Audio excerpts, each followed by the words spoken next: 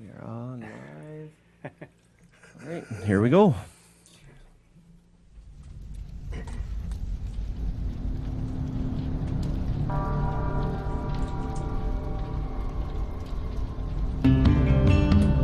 Do you have those days when you flip through the dial and you just don't know what to listen to? That's right. Here at the Podcast Network, we say, fuck the radio. Listen to a fucking podcast already. This is the podcast. I knew that was coming.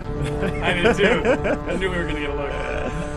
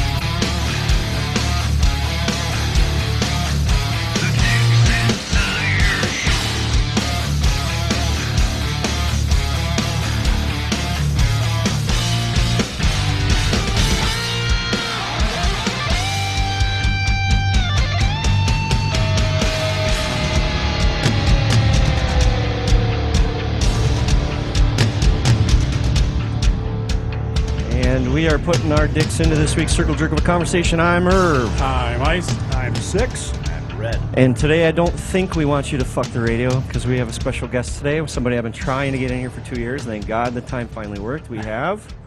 Oh, I'm Panama. All right. And by the way, I've already forgotten all your names. That's all right. We get that a lot. So, You're Dick 1, you're Dick 2, two, Dick 3, Dick 4. I'm Hobbit. I'm Hobbit Dick. I don't want to know why. Yeah.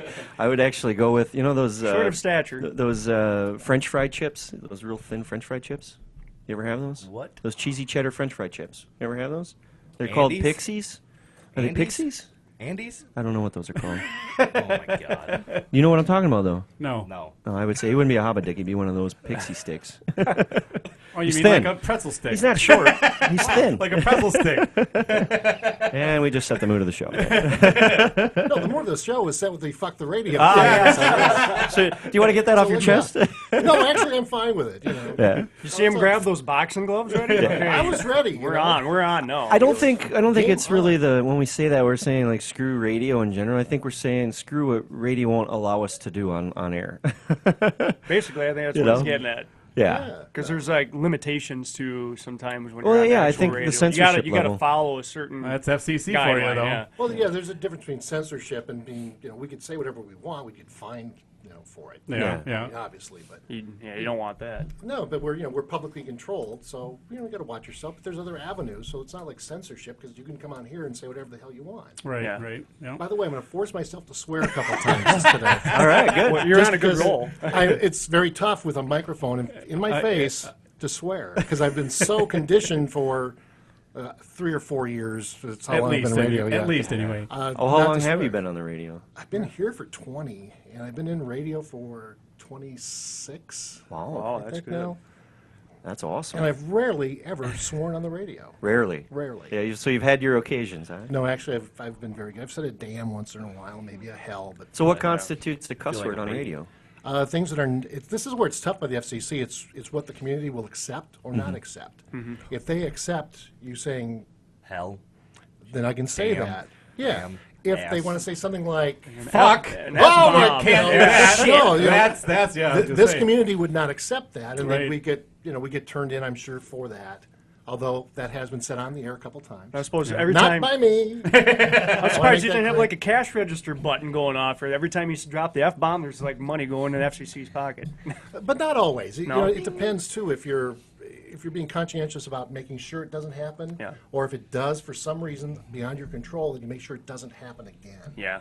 And that's kind of the key is that you take the steps to cut them off right there Yeah. now that you realize you're dealing with a live wire. Is there like a strike list, like 3 strikes and then you're out of the door? Or? No, they can do whatever they want. Yeah. You know, they are the government. If they decide, nope, that was bad, we're fining you, Yeah. they can fine you. I need a holiday bonus here. Here's a fine. Yeah, well, could be. I don't know. I don't think they're like that. They don't pay attention to you that much, Yeah. unless somebody turns you in. Yeah. Okay. And it's also suppose. certain. I just lost my train of thought here. It's also certain subject matters too. If they don't like it, they can tell you not to talk about Like it too. sexual content. Well, You can we talk used about to- sex, but again, it's the words you use. Yeah, that's what I mean. You know, you can now say penis, and that's perfectly acceptable because you're talking about, something. What it's actually called. Yeah. Scientific stuff. But there's an episode of South Park. Anyone know Okay. what South Park is? Six is total South Park guy. Okay. I've never really watched it. But So. Me either. they had an episode about shit. Okay. Right. Literally. That was fun. It's like a little kid. I think we have a new co-host here. They had a discussion about how you could use the word and not use the word. Yeah. Yeah. And it was like, if you're taking a shit, that's good. But this smells like shit, you can't say that. Something along those lines. If it's the physical act, that you can talk about because that's a real thing. But if you're saying something smells conceptual, oh, no, you can't do that. Yeah. And they did a whole counter of how many times they said the word, explaining it, how they could use it, and how they couldn't use it. So good without uses getting and in trouble. via negative Exactly. uses. That's cool. Exactly. So See, I got to watch the show. I mean, for There's- some reason, I never got there's into a lot it. of leeway with the FCC because, unless someone turns you in, then they consider it to be acceptable. Right. Well, we used to right. have like a gay pride show here in Point at the Piffner Park, I believe it is, where they have the band shelter. And one year they were doing something stupid on stage, and some guy was saying something too much. I don't know if he was hetero or homo, it doesn't matter. But he said something, and boom, somebody in the community heard it because there were kids at the show, and that was it. They Now consider it don't. offensive, and Yep. they report it, and then it becomes offensive. Yeah, and then now they don't do that there anymore because they were banned from it. Well, it's almost like when I went to Rockfest back in '99 or 2000. Yeah. They had Motley Crue playing, and that's a family-oriented rock show. I mean, all ages are admitted, and it's like you camp, and it's like a 4-day fest. And Motley Crue was up there. They didn't have Tommy Lee on drums at the time. They had a female filling in for him. But on the stage show, they had girls up there on stage dancing with them, and some of them started taking their top off, and then one girl actually went down on one. And Oh, it's wow. like, you got little kids running around and stuff, and I think they got turned in too because obviously there's kids out there, Yeah. families, and they're seeing this stuff on stage. Yeah.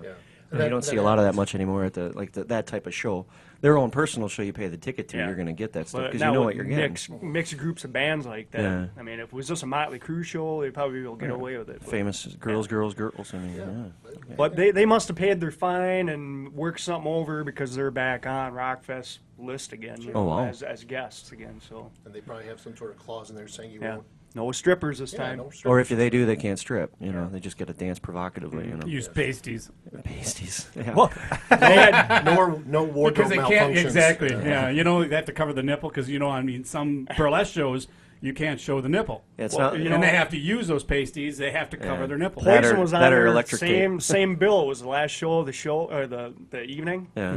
And you had CC DeVille, the guitar player for Poison. Yeah. He had duct tape across his nipple on Lexus. Yeah, yeah. He was up there with no shirt on, so he put duct tape across. No showing Yeah, nipples. it's a slap in Or the face for electrical censorship. tape, not duct tape. It was electrical Well, tape. and that's, you talk about like duct radio tape and censorship and what you fucking can hurt. say, you kind of get away with it just in case. But, for the difference between podcasting, we can say whatever the hell we fucking want. We don't give a shit. Right. We don't So care what it's- anyone thinks either. And if you want to email us and tell us that you don't like it, well, our famous saying is if you don't like what you hear, shut your fucking ears. We Plus, don't we care. don't- you know? Didn't we get banned off YouTube or something? That That was was video. completely different. That, That was was- because of a video that. Well, I wonder we who did that video. Don't say we.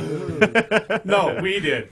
But again, I don't know who your provider is or who hosts these podcasts. Yeah.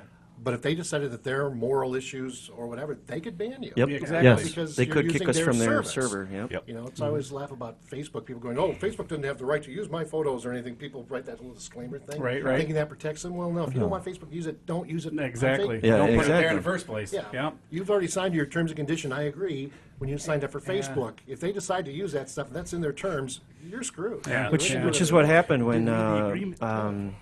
Anonymous just hacked a bunch of ISIS Twitter accounts and Facebook stuff, and I guess Twitter kicked a ton of them off because after that happened, they found out that they were going against their terms of service, and they were like, "Oh, we're ending it." That was like the South Park one where I thought you didn't. Well, I like thought, this I was part. just going to say, you guys just said, I don't like we were this talking part. about terms and agreement. Because remember, what's the one guy's It name? was Kenny. Kenny? No, not Kenny. No, the other. it was Kyle. Stan. It was the human Kyle. centipede Kyle. thing. He's talking Kyle about. was how- saying, You know what episode it is. Yeah, Yeah. the human iPod or something. Yeah, Yes, the human exactly. centipede. Human Yeah, centipede.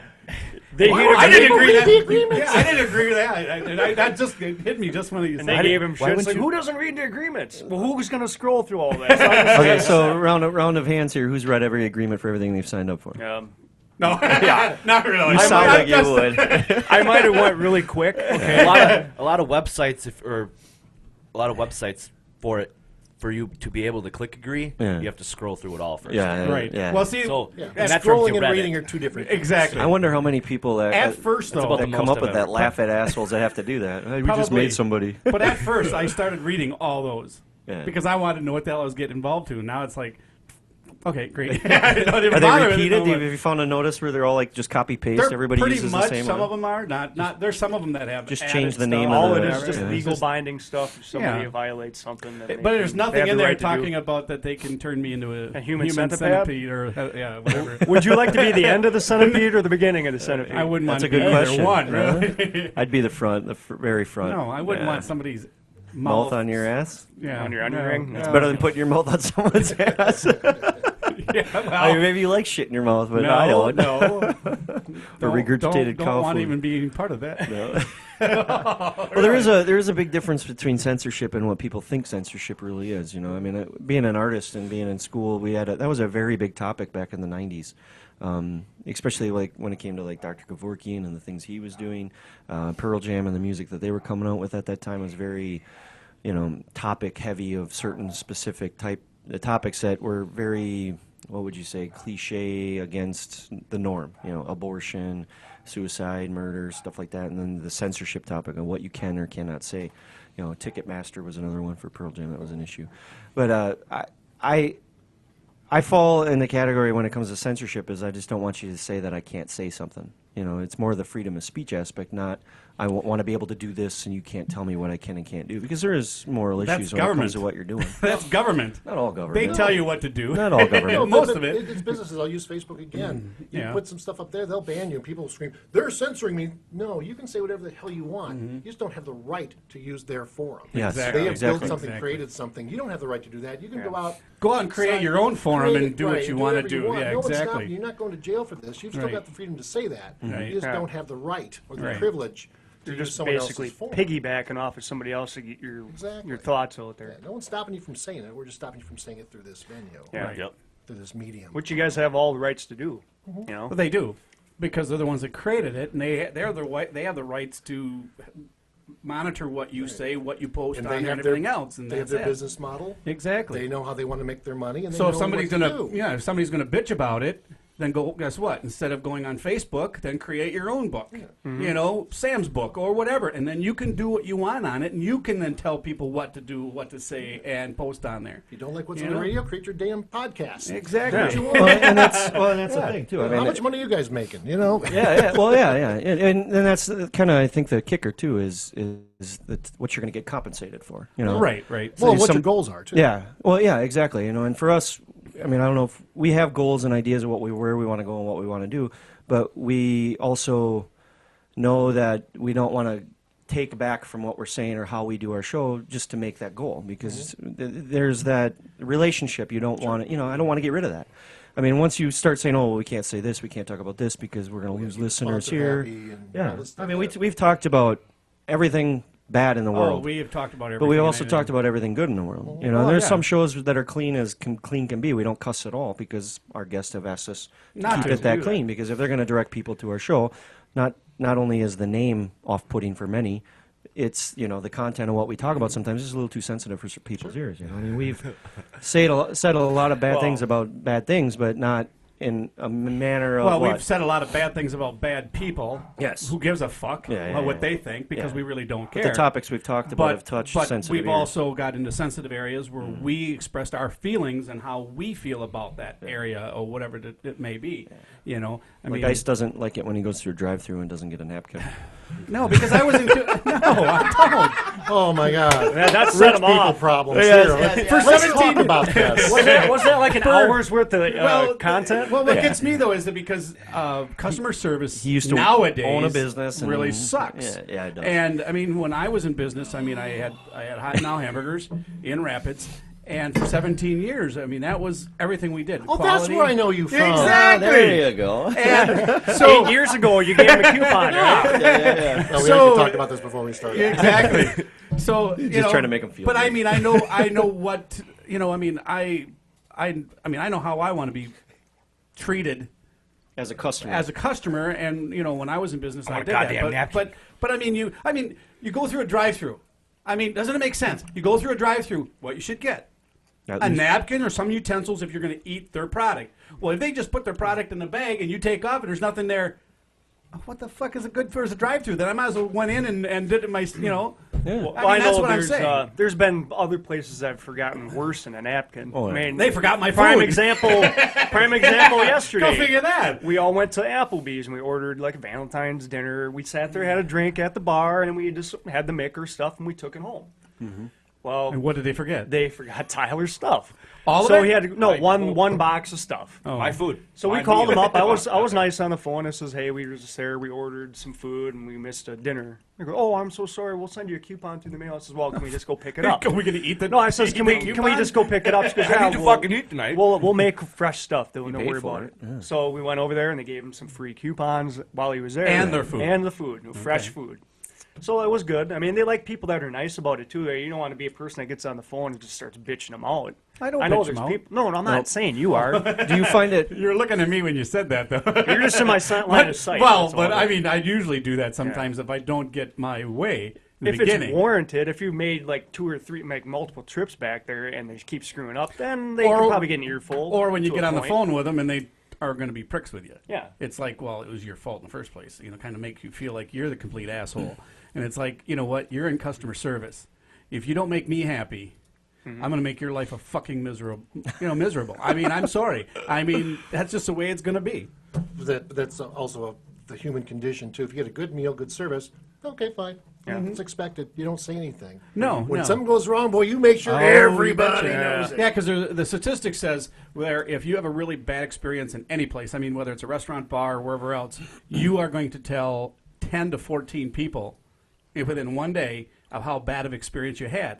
But if they wowed you, made you feel like a king, and did everything else, you're going to only tell 2 to 5 people that you had the best experience in time. But then again, But the bad always weighs more than the good. Always. Personal But worst then again- experience is always Always, your always. positive. you're yeah. never going to please everybody out there either. No, but that's where you have to bend over backwards and make sure every customer that pays your bill or Yeah. pays your salary.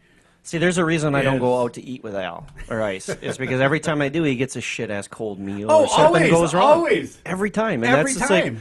we went when we went out in Dells. Well, no, we went to Panera Bread when we picked up Viper Boy from Oh, Connecticut yeah, when he flew yeah, in from Connecticut. Yeah.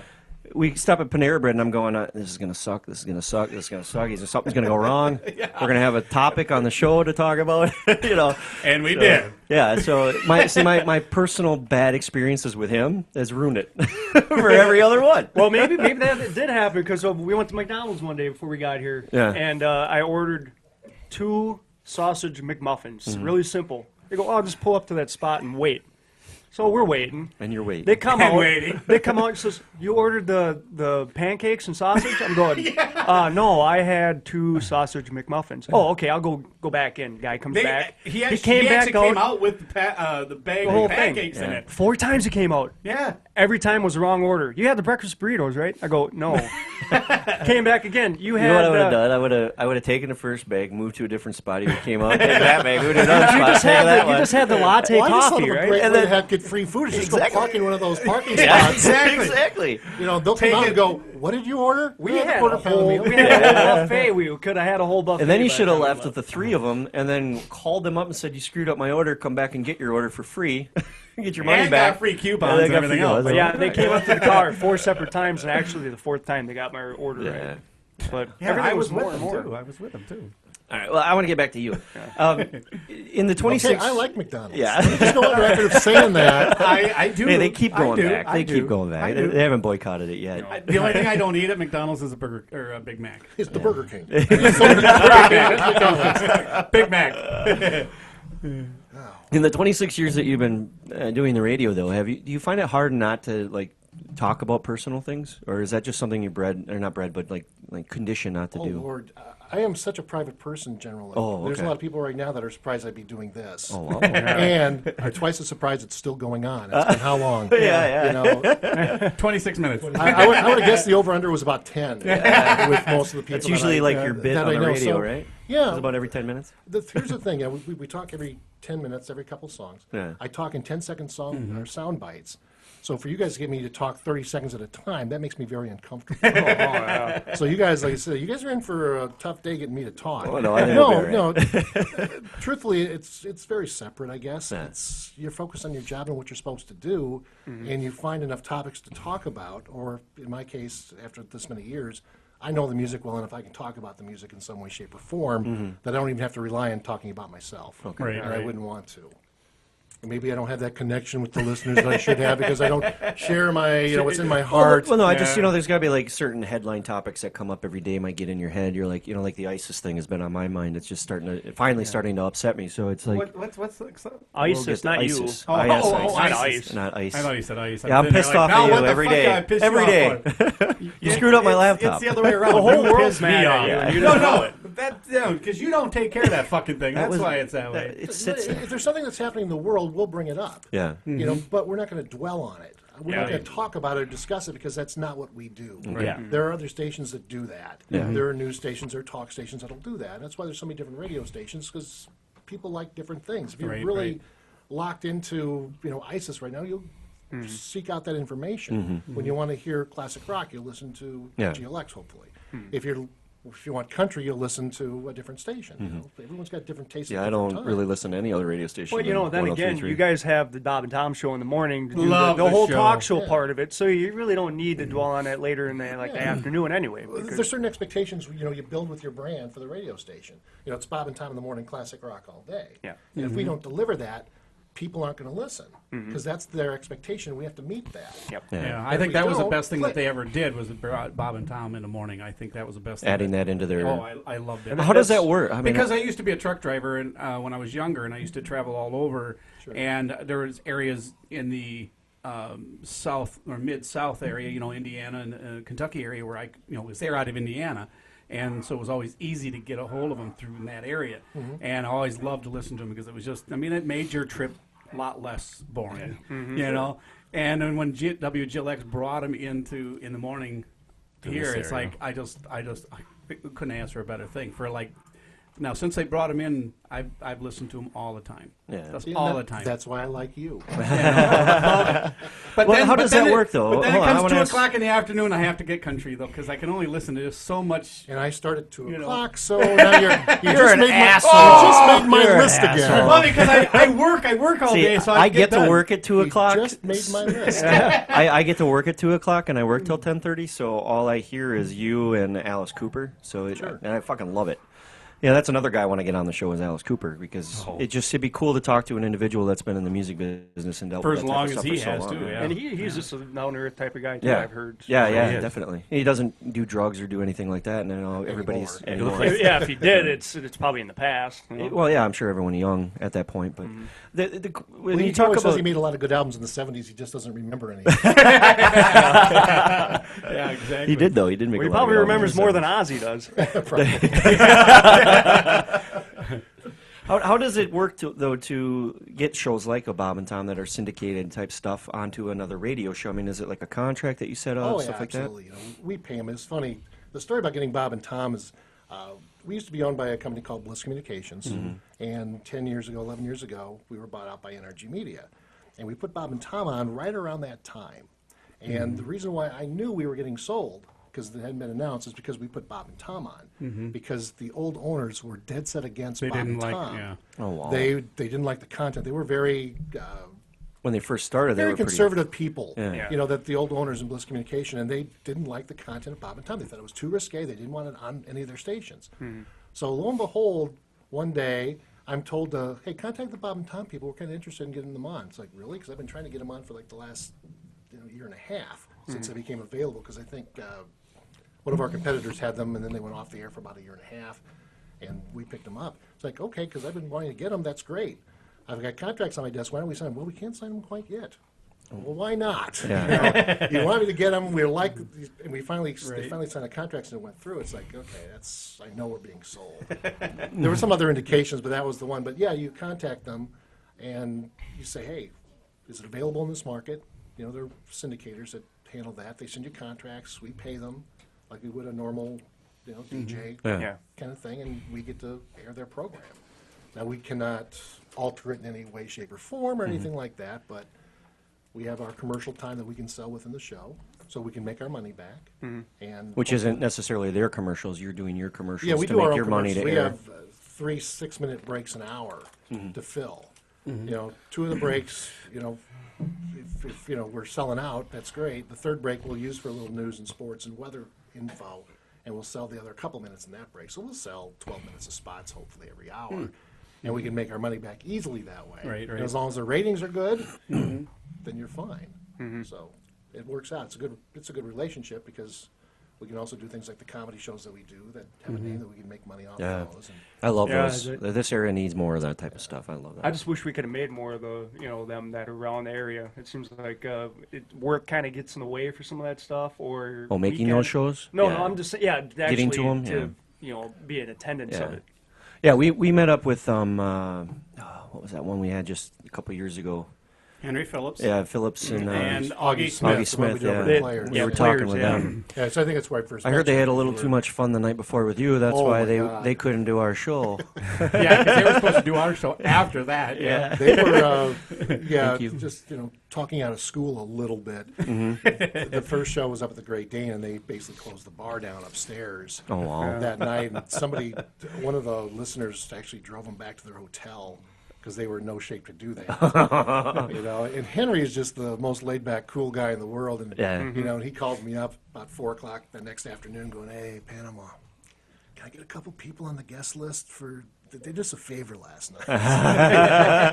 It's like, well, sure, it's your show. If you want to let people in free, that's not Yeah. my issue. That's money out of your pocket, really. Right. Oh, cool. Yeah, they gave me a ride back to the hotel. Well, both me and Og.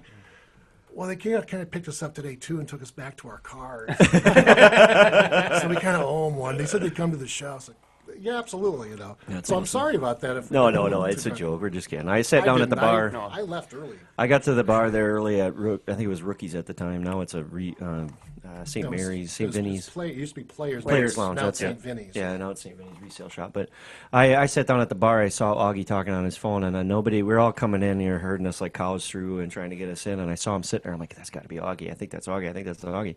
So then we got back to the table, sat down. Everybody got their seat. I got up and went right to Augie, and I'm like, hey, because we had talked via Twitter about being on the show, and he's like, yeah, I don't know if it's gonna work tonight. I had a little too much fun last night.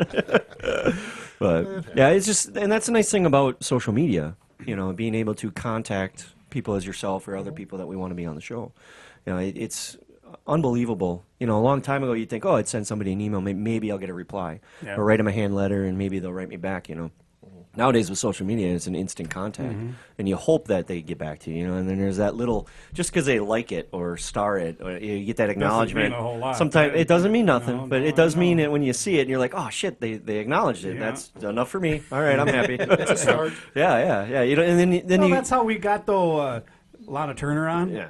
How we got little Lisa Marie little on. Stella You're Marie. Little Stella basically Marie. you're taking your fishing pole, fishing And you out there, and hope you see that if you it get a get- couple bites. exactly, Hopefully they'll exactly. snag on it. You reel them in your boat. Hopefully. Well, like Kelly Carlin too. I've been working with her for the last 3 years, trying to get her on the it's show. been 3 years. Yeah. And it's just she's busy with her one woman show that she's doing about her dad. Yeah. What is it? something Home Companion, Carlin Home Companion, Something, where she yeah. does like a monologue type skit on stage and does stuff like that. And I keep tweeting her like, you got to come to Wisconsin, you got to come to Wisconsin. You know, 'cause it's really hard for us to just pick up and fly out to LA and see something Really? and do It's something like difficult that. for you guys? Huh. Oh, we got a personal jet in the back there. Oh, well, yeah. You know, it's You didn't see with it when you family came and No, you know. I must have missed Well, now that. that we know Panama, we It's- can use the little influence. No, just No, you don't listen Use after me. 2 o'clock, so he's not going to think about it. no, I do. I can't say all You the don't listen time. after 2 o'clock, No, so shut no, the fuck up. not usually after. Well, when I get So out of many work. minutes of listening to you got to listen to Little Country. We I get do. it. We I get do. it, yeah. I mean, because when I get off of work, it's still on WGLX. Yeah. So I do listen to it at 3:30 until about almost 4. It's like, oh shit, I didn't put it on country. So Yeah, then you- I'll throw it on country. So I do listen to it. And that's what I say about radio. If there was one station that could satisfy everybody all the time, there'd be one station. Exactly. But here's the exactly. thing. I You're just wanna listening be to one a of your radio. choices. Yeah, Right, but he's exactly. also I want you to listening. punch me up. And you're number 2 on my dial. Oh, Honest to God. And you're number 2 with me. So, I have to be honest, though. Gotta be honest. I'm putting that in this You know year's what? intro. Or, you know what he does commercial. with number 2? Wipes his ass. But no, I mean, I'm honest. That's number 2. Number 1 is- Panama, you're number 1 on mine. So if you ever come back, It he's is. not It gonna really be is, here. though. It is. But well, you just fucking derailed the conversation. Sorry. But I mean, it is. I mean, with like even our wives already get a little pissy when we're like, "Oh, we're gonna fly out to Connecticut." Viper Boy drives 6 hours up to our little 12x12 square of the island for. Dix, you know, yeah. they're like, Oh, no, 12 by You're gonna 12 spend money on island, that. or By the not way, island, Panama, not you- island, but it's property. in Maine. 12 It's in spot on Maine. an island, You're yeah. invited, by the way. You can party on our 1 foot by 1 foot square too, if you want to. Take turns well, dancing. something to add to my bucket list. No, actually, we do have the whole use of this private island in Maine. But I do actually own a 1 foot by 1 foot square. For buying an expansion for that, pack. Cards Against Humanity game. I bought a bunch of the expansions, and they send me a little deed and everything saying that so all this money that we made off this game, everybody that's bought it, we all gave a portion of this island to you to use. So it's a non-motorized island. You can do whatever you want on it. You got to keep it clean though. Yeah, he's got to take care of it. So we plan that trip, you know. So it's like if we want to fly out and meet another artist in Vegas or something and try to do something, you know, those are some of the goals. Though, is just getting certain people. And I mean, we sat down at Mulligan's right after the beginning of the year, right? And It was right around snatched here. out a bunch of, We just wrote a list to-do of people lists. on the list, and you were one of them on the list out of like 52 people. And I'm like, we're already one person a week here. You know, we can't. You know, now we got to start doing multiple shows a day if we want to get all the rest of these people. How on many there. people on that list of 52 have you gotten? So far, we've Still early in the year We've hit yet. the We've top- got 3 things already off that list. So. 4. He makes 4. Oh, okay. Yeah. Well, we did the ghost hunt at the Point Brewery. Yeah. Yeah. And then we got Panama Jack, and Yeah. then there's Meticulous, Meticulous was the on raps, twice. The rapper that's We had out of JP. Rome, Wisconsin. Yeah, he's doing pretty good. though. Rome. Yeah, he lives in Rome. He lives in Rome. he lives in Originally from Rapids. Rapids. No, he lives No, in Rome. He No, said. he lives on 14th Street. Really? Over by your mom and I dad. thought it was Rome. You Maybe told me- JP lives in Rome. Maybe. Yeah. Either way, they were good guests, you know. So we're trying to get more guests on every week. We've had a lot of guests too, and it's nice. And I don't necessarily think that they've had a problem on the show. They've never said anything bad about it. Never had any. Well, we've had him bad on returns. twice already Yeah. within the year. Well, not just him, but I'm just saying Oh, other yeah. guests. You know, we've had Yeah. a lot of people. And who's been on the return. most? Who's been on the most so far? Movie Movie Mark. Times. Movie Mark. Movie Mark's been the most. From Mark- Lana Turner's Special been Mark on Productions. twice already. Yeah, she was working on a third. Waiting for an email yet. She's supposed to get her tonight at 8 o'clock. So. And if you don't know who Lana Turner is, she's the wife of Ralphie May, the comedian, the heavier set. Sure. Yeah. This guy. Yeah, I know Ralph from there. Okay. Yeah. It's his wife that we. His wife. Yeah. We talk about her a lot because we love her stuff. We're, Yeah, she's we're her, fucking awesome. What did she say when we went to go see the show? That we were her celebrities Yeah. when we showed up? Yeah. It's like the starstruck. She goes, "I'm starstruck to see you guys, and then you're starstruck to see me." We It's were like- more. I think we were more starstruck to see her. Yeah, you know, yeah, she yeah. was just this tiny little Gorgeous thing you wanted little to hang Jew on to, girl. never let go. You know. Yeah. It took Really? it took about 45 seconds before I let go of my hug. And then she's calling She was security. just, she Yeah, was yeah, just, yeah, yeah. She was just soft Then she in all the disappeared. right places. Soft and all that. I think Ralphie's soft in all the right places. Yeah, he was too. Right? He was pretty. Yeah, he She's was pretty fit. Soft. Yeah, he was pretty soft. Yeah, If you for can sure. sit naked on your CD cover with a microphone covering your vagina, I think you're pretty fit. Well, I guess. Yeah, that's right. Yeah, but it was a pretty big mic though. Yeah. And that's got to be some of the best parts about the radio too, is you get to meet certain people that you may not have normally been able to meet in your lifetime. Sure. Who's for you? Who's been your starstruck or Cheap Trick. I mean, if you know anything about me, Yes. Oh, yeah. I'm a Yes. huge Cheap Trick guy.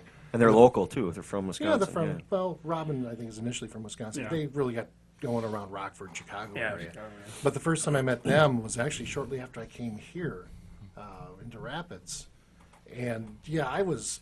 I was a total fanboy because even at that point I'd been in radio for 6-7 years probably, and I'd met people backstage. It becomes kind of routine. I hate to say that because some people go, "It's so cool you got to meet so and so," and yes, I appreciate it every time, but it becomes kind of a routine after a while. It's not like a big deal. Yeah, you're meeting them. It's not like you're going out having it's- drinks and yeah, next thing well, you a lot know. of it's work because you're doing it with a meet and greet. You're doing it with a bunch of Yeah. listeners. You got to get people. You got to deal with their stage managers and all that. So it's kind of work involved. Yeah, you get a chance to meet them, and I'll get a chance to talk to them probably a little bit more than a listener would. But you're time crunched, basically. Yeah, you've got hey, we got 10 minutes while they get ready. They've allowed you to come back into their world. And that's what you're doing. You're invading their world backstage, and they'll let you in, and that's kind of cool. And when they do that, I appreciate it. But after a while, you've done it for a while. With Cheap Trick, and it was the show at the old Holodome here in Stevens Point. Oh, actually, sure. Before they tore that down. That was in '94, I think. It was wow. 20 years ago, almost 21 now. And we got to go, Tyler's like, I wasn't even born. yeah. Yeah, it was. We were the host station. I was 5. excited because it was Yeah. Cheap Trick, Yeah. And I went backstage just kind of sort of hanging out there. So everybody back there, this long before anybody showed up, so they would know that you kind of belong back there. So they don't question you then. Yeah. How do you get backstage? Act like you know what you're doing and act like you belong. Really, confidence will get you backstage to almost anything. It's like in Wayne's World where they grab the equipment and walk in. There's a couple people that did it at the Super Bowl for crying out loud. Oh, yeah. They went right in. Yes, You read there about was, that? They were two like Irish guys or Two something. Irish guys. They didn't have tickets. They They got up they close said to some of the they got behind some of the security or medics or personnel something, and they and just just kind of pushed their way right with them. They just act. They said they just wanted to be confident, and they just Got they some didn't, speaker they didn't see cables, it. put it on your arm. Isn't that how that they did Australian woman got on the plane and flew like everywhere? Got arrested? It can work. I mean, seriously, I don't want to. Yeah, we do. Yeah, we do. Those two But it's Irish true. guys, they wound up in. I'm going to be holding Panama's tailcoat on, and when he would do his comedy shows, I'm going to walk in right behind him. As long as it's only a thing you're holding on to. Yeah. No, just make sure you got. Okay, here you go, Panama. Here's your coffee. Here's your coffee. Have that notepad. Make your own lanyard. Exactly. That says, Dixon Cider Show or something. Or media- anything. Media. Oh, you Or say media, big media, then yeah. Because we've done that. We put our logo just big media. Just grab And a couple of cups of coffee. Hey, who are you? I'm the resident hobbit. All right. I know what I'm doing next. When you guys leave, I'm making I'm lanyards. getting their orders. I was told to come back and get their orders. Yeah. Oh, okay. And they won't question about things. But I met Cheap Trick and it was like, and I oh God, and I was just, here, sign this, which I never do. Take care of that. I never get autographs or things from the celebs and things like that, the rock bands or anything like that. But them I did. Yeah. And it's like, sign my Dream Police album, please. Well, see, we didn't do that either. We haven't really looked for autographs. We asked for people's handprints, put them on the wall when they're in the show. So you get some sort of tradition, like Yeah. a green room tradition. Yeah. It's a Purple room. purple, yeah, podcast pad, yeah. Well, there's something we have in common. I have a purple room in my basement. Oh, there you go. I have a hippie room that I call my hippie room. So it's kind of like you're at home then, basically. in a way, it was In a very way. comforting to come here. If you would have had beads hanging in the door, I almost It probably did. would have been I even almost more, did. yeah. They don't block the sound out. The as only much. beats he's got, you don't want to see.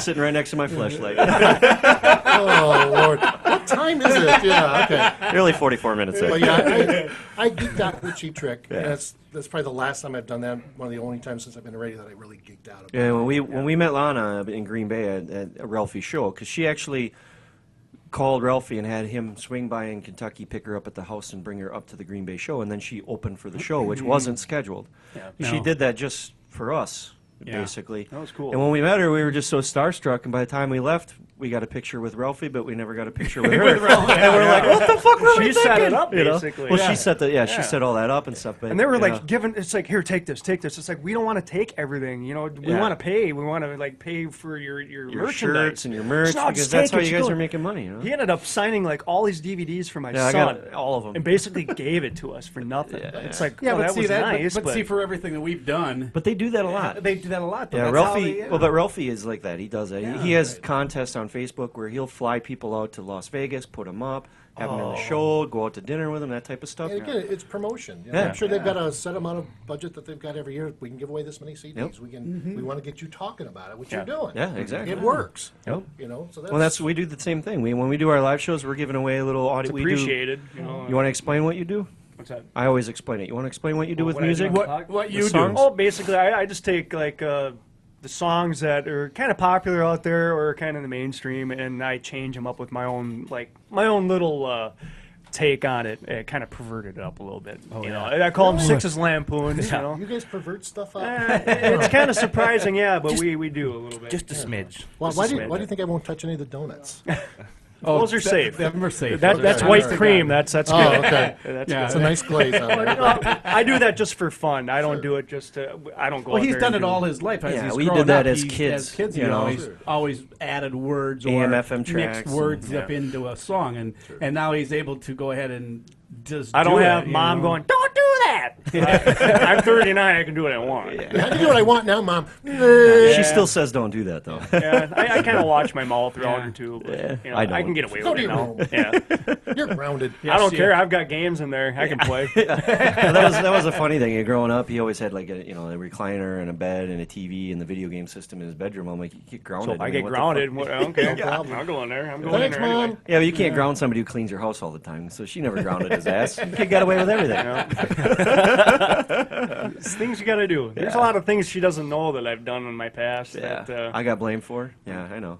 see, that's what's nice to be a little older uncle. Huh? 3 year difference from uncle to cousin. Yeah, or nephew. I mean, but Let's do the math on that for a minute. I mean, we're my kind mom of. was 17 when she Yeah. had me, and he was just I born was just 3 years old prior at to me. the time, So. so we're more Family like of 5. brothers and nephew and Yeah. uncle anyway. But It's when nice he was that way. younger, he goes, "Yeah, this is my uncle." He goes, "Yeah, right. You're bigger than him." Now, do you listen to podcasts at all? Do you do any of that? I'm not going to ask you if you listen to our show because that's obvious. I listen to the radio. All right. Well, I mean, now you can't. Fuck podcasts. All right. Now you're number 2 in my book. Yes, I also flipped off. At the same time, again, I'm not used to cameras being on. Yeah. Because normally I can sit here talking, pick the nose and stuff. I can't do that anymore. You can do whatever you want here. I'll sign it right there. I'm not gonna wash this spot. Okay. That's a special. Not gonna wash this shirt I have forever. Panama's booger on my own. You're gonna have to Pay warn attention to the video playback later. Yes. That's all I'm going to say. people. Careful, you cut yourself on my arm. It'll dry on That's there. You'll awesome. see what really happened. Well, I mean, you probably don't have the time. Do you have Sorry, time? what was the question? Podcast.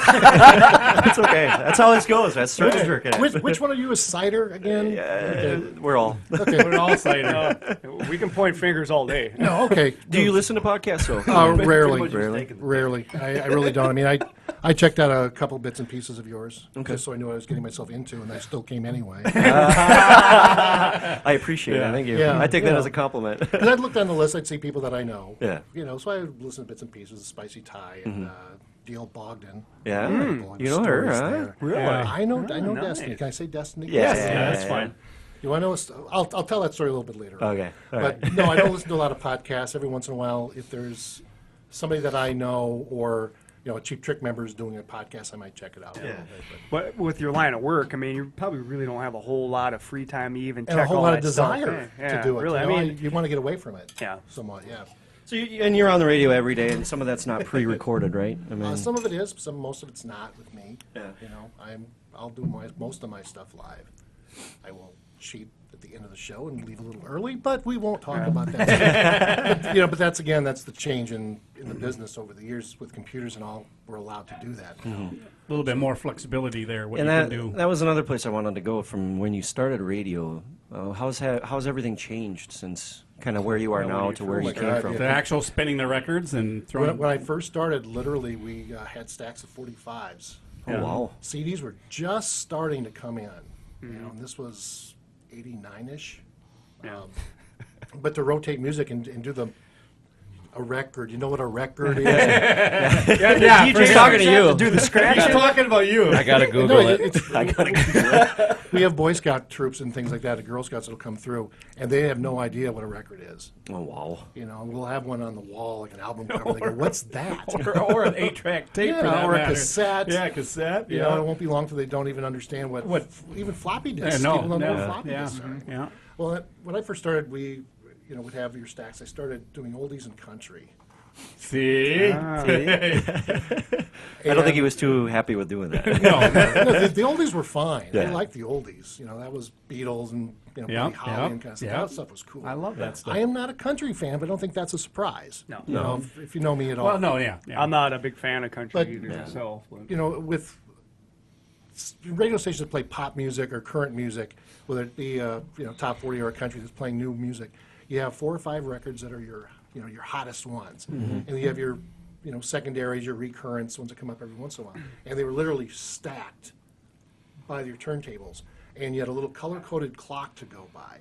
You know, first at the top of the hour you play a red, that's your hottest song. Right. Then you can play a blue, then you play a yellow, but then back to the reds. Yeah. You know, and you just took them off the stack, you played them, got the next one ready, and you took it off, put it underneath, put it at the bottom of the stack, and that's how you did it. Oh. You had very little leeway unless you're going to play, the same artist like almost back to back.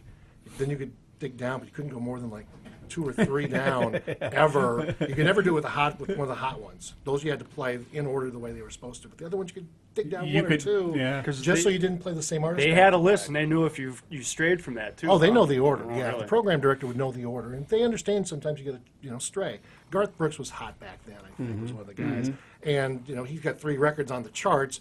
They were going to come up and conflict with each other, so you had to. Okay, I got to play something else. Then I can come back to this the next Garth Brooks record. But you had to do that. Nowadays, everything's on computer. The music is scheduled the way we want it scheduled. It's loaded into the computer, and you don't touch it. Right, right. But they don't sit there and tell you have to play like a red or green or yellow type No, song. now it's just kind of. this is the list of songs you are playing. You're playing it in this order. Oh, okay. I So who schedule- predetermines that? I schedule the music for both WGLX and for Big Cheese 107.9. Okay. Because And they're all owned by the same company. Yeah. So We you may be also listening own- to country, but it might be still part of the same Yeah, company. Energy, You own Energy it. Media Yeah. owns that. we own 4 stations. We also own Y106.5. We own Hot Yeah. 96.7. So we had Brad. What's his last name now? I just forgot his last name because I want to say it. Just say Brad. Brad and Nessa from the Galactic Netcast podcast. He works for Energy Media in Wausau. NRG. NRG, that's what I said. In Wausau. He's been on the show a couple times too. I don't know what he Getting does a there. blank stare from I think he's an IT guy. He's an IT that deals with a lot of that type of stuff, and they put their podcast up on that radio shows on their website, and they have a specific thing there, and he does a blog for the website for the radio show as well. So I'll have to find out who this is. Brad Ludwig. Brad Ludwig. Ludwig. Yeah, okay. See, I knew it'd come back to me. I don't know the name. All right. How weird is that? Yeah, check out Galactic Netcast podcast. They talk about all nerdy type of stuff, alien type stuff, UFOs. Hey, he just picked up a time card and walked in. He said he works for Energy. That would probably work. You got the confidence. Hey, I didn't get my check this week. Oh, well, that's all right. We'll just fill it out. There you go. Well, there we go. Yeah, but at least I listen to the same NRG Media Yeah. radio stations, though. But as you're asking, that's good. But now the music's- put that one in. The music's all scheduled now by Yep. a computer program. We use one that's called Selector. There's another one called Music Master. Those are probably the 2 prime ones in the radio business. And we put all the restrictions and rules on every song, every category of song that we want, so Selector can schedule the music the way we want it done. Okay. So we have the songs that are considered power songs that we want played more, songs that are lesser known that you don't want played as much. You put a restriction of the artist, like you said, Garth Brooks in the case we talked about, but with GLX, I could play Led Zeppelin every hour. Probably nobody would care, but we'd may get a little tired of it after a while. So we Right, try. right. There's not a lot of new music played on classic rock, so you try to spread it out a little bit. So we restrict the Led Zeppelin song. We won't play one. If you hear one, you won't hear another one for another couple hours. That was one thing I was going to ask you too. You just brought that up too. That like AC/DC has a brand new album called Rock or Bust right now, and I know you guys are a classic rock station. Do you guys ever consider maybe throwing in like a brand new track from one of their new albums? It's still We would- AC/DC, a classic rock band. But Yeah, we would play it as kind of a, hey, check this out kind Yeah. of thing. And, Alice Cooper will do a good job of that too. So Oh, we yeah. may let him do it and say, hey, check it out. The new one from AC/DC's on tonight. Yeah. Kind of promote it that way. but the expectation of our radio station is not to play new music. Oh, okay. So we'll play it as a curiosity thing. Maybe get one spin, maybe each jock will play it once. Well, and I noticed too, when I was growing up through high school and stuff, listening to 103.3, because that station is kind of young compared to some of the other stations like 97.9, 95.5. Well, I know the station now is actually located in Plover now, correct? Yeah. Yep. And it used Used to to be be in the Rapids. industrial Right on park 25th in Street. Rapids over 25th by Street past in- Quick Trip. Yeah, that changed when we sold. Yeah. But okay. as soon as I got out of high Tunnel. school and you're listening to 103.3, all of a sudden I started hearing Pearl Jam and Alice in Chains on that station. I'm going, is this really technically classic rock? I mean, because to me, I always grew up listening to Led Zeppelin, Pink Floyd, What- Fleetwood Mac, Cheap What would the Trick, stuff time like that. frame be in years? For Yeah, it to is- be does that considered time frame classic? I mean, change? 90s right now. That's kind of like the early 90s. Is kind of some of that stuff is older music. But he really is a obviously. classic rock. Yeah. I mean, you would think that generation is labeled as something else, like alternative rock or independent rock. Or, It's tough because you hit on the Pearl Jams and Nirvanas. There's such a big shift in music right then. Yeah. And it's been hard for classic rock to go past that era into the next stuff. When we first started with GLX, and we started playing Guns N' Roses, we were getting crap, and it was 10 years old. And when I say we were getting crap, people going, "What do you? Guns N' Roses isn't classic rock." Yeah. Well, it was 10 years old at that time. It's like that's pretty much our threshold. Yeah. And I think about that now to where we are now. It's 2015, right? Okay. If I were to play something for 2005, I don't think that would fly at all because the classic, music yeah. because the music is just not the same. Yeah. It's not that guitar-driven rock. Yeah. people playing their own instrument rock kind of thing. Yeah, exactly. So once we got past or into that early 90s and that grunge sound came in, that kind of signaled an end to how far we were going. We're going to cross that bridge at some point. So that was a decision as a whole, as a company, to stop kind of at that point, or Well, just not- to include it's it. really what the public would accept. Oh, okay. We'll play whatever the public will accept, but it'll get us ratings. Okay. Yeah. If they say, we play one Red Hot Chili Peppers song. We play like Nothing by Creed, which we probably could get away with now because it's kind of a rock-based sound. Would it be acceptable? We've kind of found that so far there's kind of like fringy stuff. Kind of right on the border. If we started playing it may get accepted more. And that's the stuff that was played on 105.5 Yeah. out of Wausau. But name an artist or a band that wasn't already a classic rock artist, like an Aerosmith or a Tom Petty or somebody that stuck around, AC/DC, past 1994, that came out that's really rock anymore. It's really hard. That was mainstream enough that people know. Because again, with our format, it's a mainstream format with classic rock. And that was the nice thing too about the 90s, is because there's quite a few classic rock artists that came back out with newer albums, like an Aerosmith and Tom Petty. Rush. Rush. They're still yeah, working Journey. at, yeah. Journey had a good album come Journey. out in the 90s. With You know, a new it's- singer. yeah. It sounds exactly like Steve Perry. So it's kind of nice as a radio station, because now you've got that generation of individuals that listen to that music at a younger age, which draws us into 103.3. I was kind of always away from 105.5. It was too heavy. Really didn't want to listen to, what was it? Headbanging music? No, like Chevelle and stuff like that. It's just a little. I'm more of a classic rock because I grew up with my mom listening, and Kurt listened to AC/DC. And I listened to classic rock, when I was growing up. I mean, I liked that era. I mean, I listened to very little country when I was growing up. You're It more was of an Air always- Supply guy. Well, but I mean, it's a classic rock. I mean, Air Supply, Led Zeppelin. I mean, Air Supply. you know, Led Zeppelin. can't tell yeah, them there's apart. nothing but I different mean, there. All out of love, all out of love. I don't know. They're the same. Well, it was Valentine's Day yesterday, so he could have played that all day. All out of love. But yeah, all my brothers, they basically got me into. I mean, even my sister too. All the music I love today: Kiss, Yeah. Zeppelin, Scorpions. All that Journey, all that stuff. 70 to 90s rock. Yep. Yeah. We always, Boston. we always defined ourselves at shooting at a 25 to 54-year-old demographic. So the middle of that is 40. And we used to always say, okay, that 40-year-old was in high school in what year? And that would be kind of like the year we'd be 94? shooting at is right in the middle. But it shifted when we started having those discussions about Guns N' Roses. 10 years out of high school, you're 28. You're starting to get into our demo. So yeah, it's like that's what you listen to in school. That's what you want to listen to later. So we try to keep that in mind. But we hit a wall at about 92, 93, 94 in there, and just the music hasn't taken that big jump. When it does, it'll probably take a huge jump and include all the way up to the year 2000. Yeah, I was going or- to say probably up to year 2000, yeah. because the demographics got to shift at some point because our demographic keeps getting older and older. I keep getting older. Yeah. When I first started here, I was at the young end of the demo. Now I'm at the top end of it. Yeah. You know, I'm still playing the music I listened to in high school, which is cool for me. Yeah. Right. But if our target demo, because the money demo for advertisers is still, you know, that 25, 54, and 40 is dead center. Right. So that's kind of what we think of as a typical GLX listener, is a 40-year-old male. Do you think that 103.3 will eventually become like a 97.9 where it's all playing oldies, so that demographic Well, might be eventually it 40 will become to 40 to oldie. 70. The definition of oldies is so different now, too. Yeah. You want to talk about that.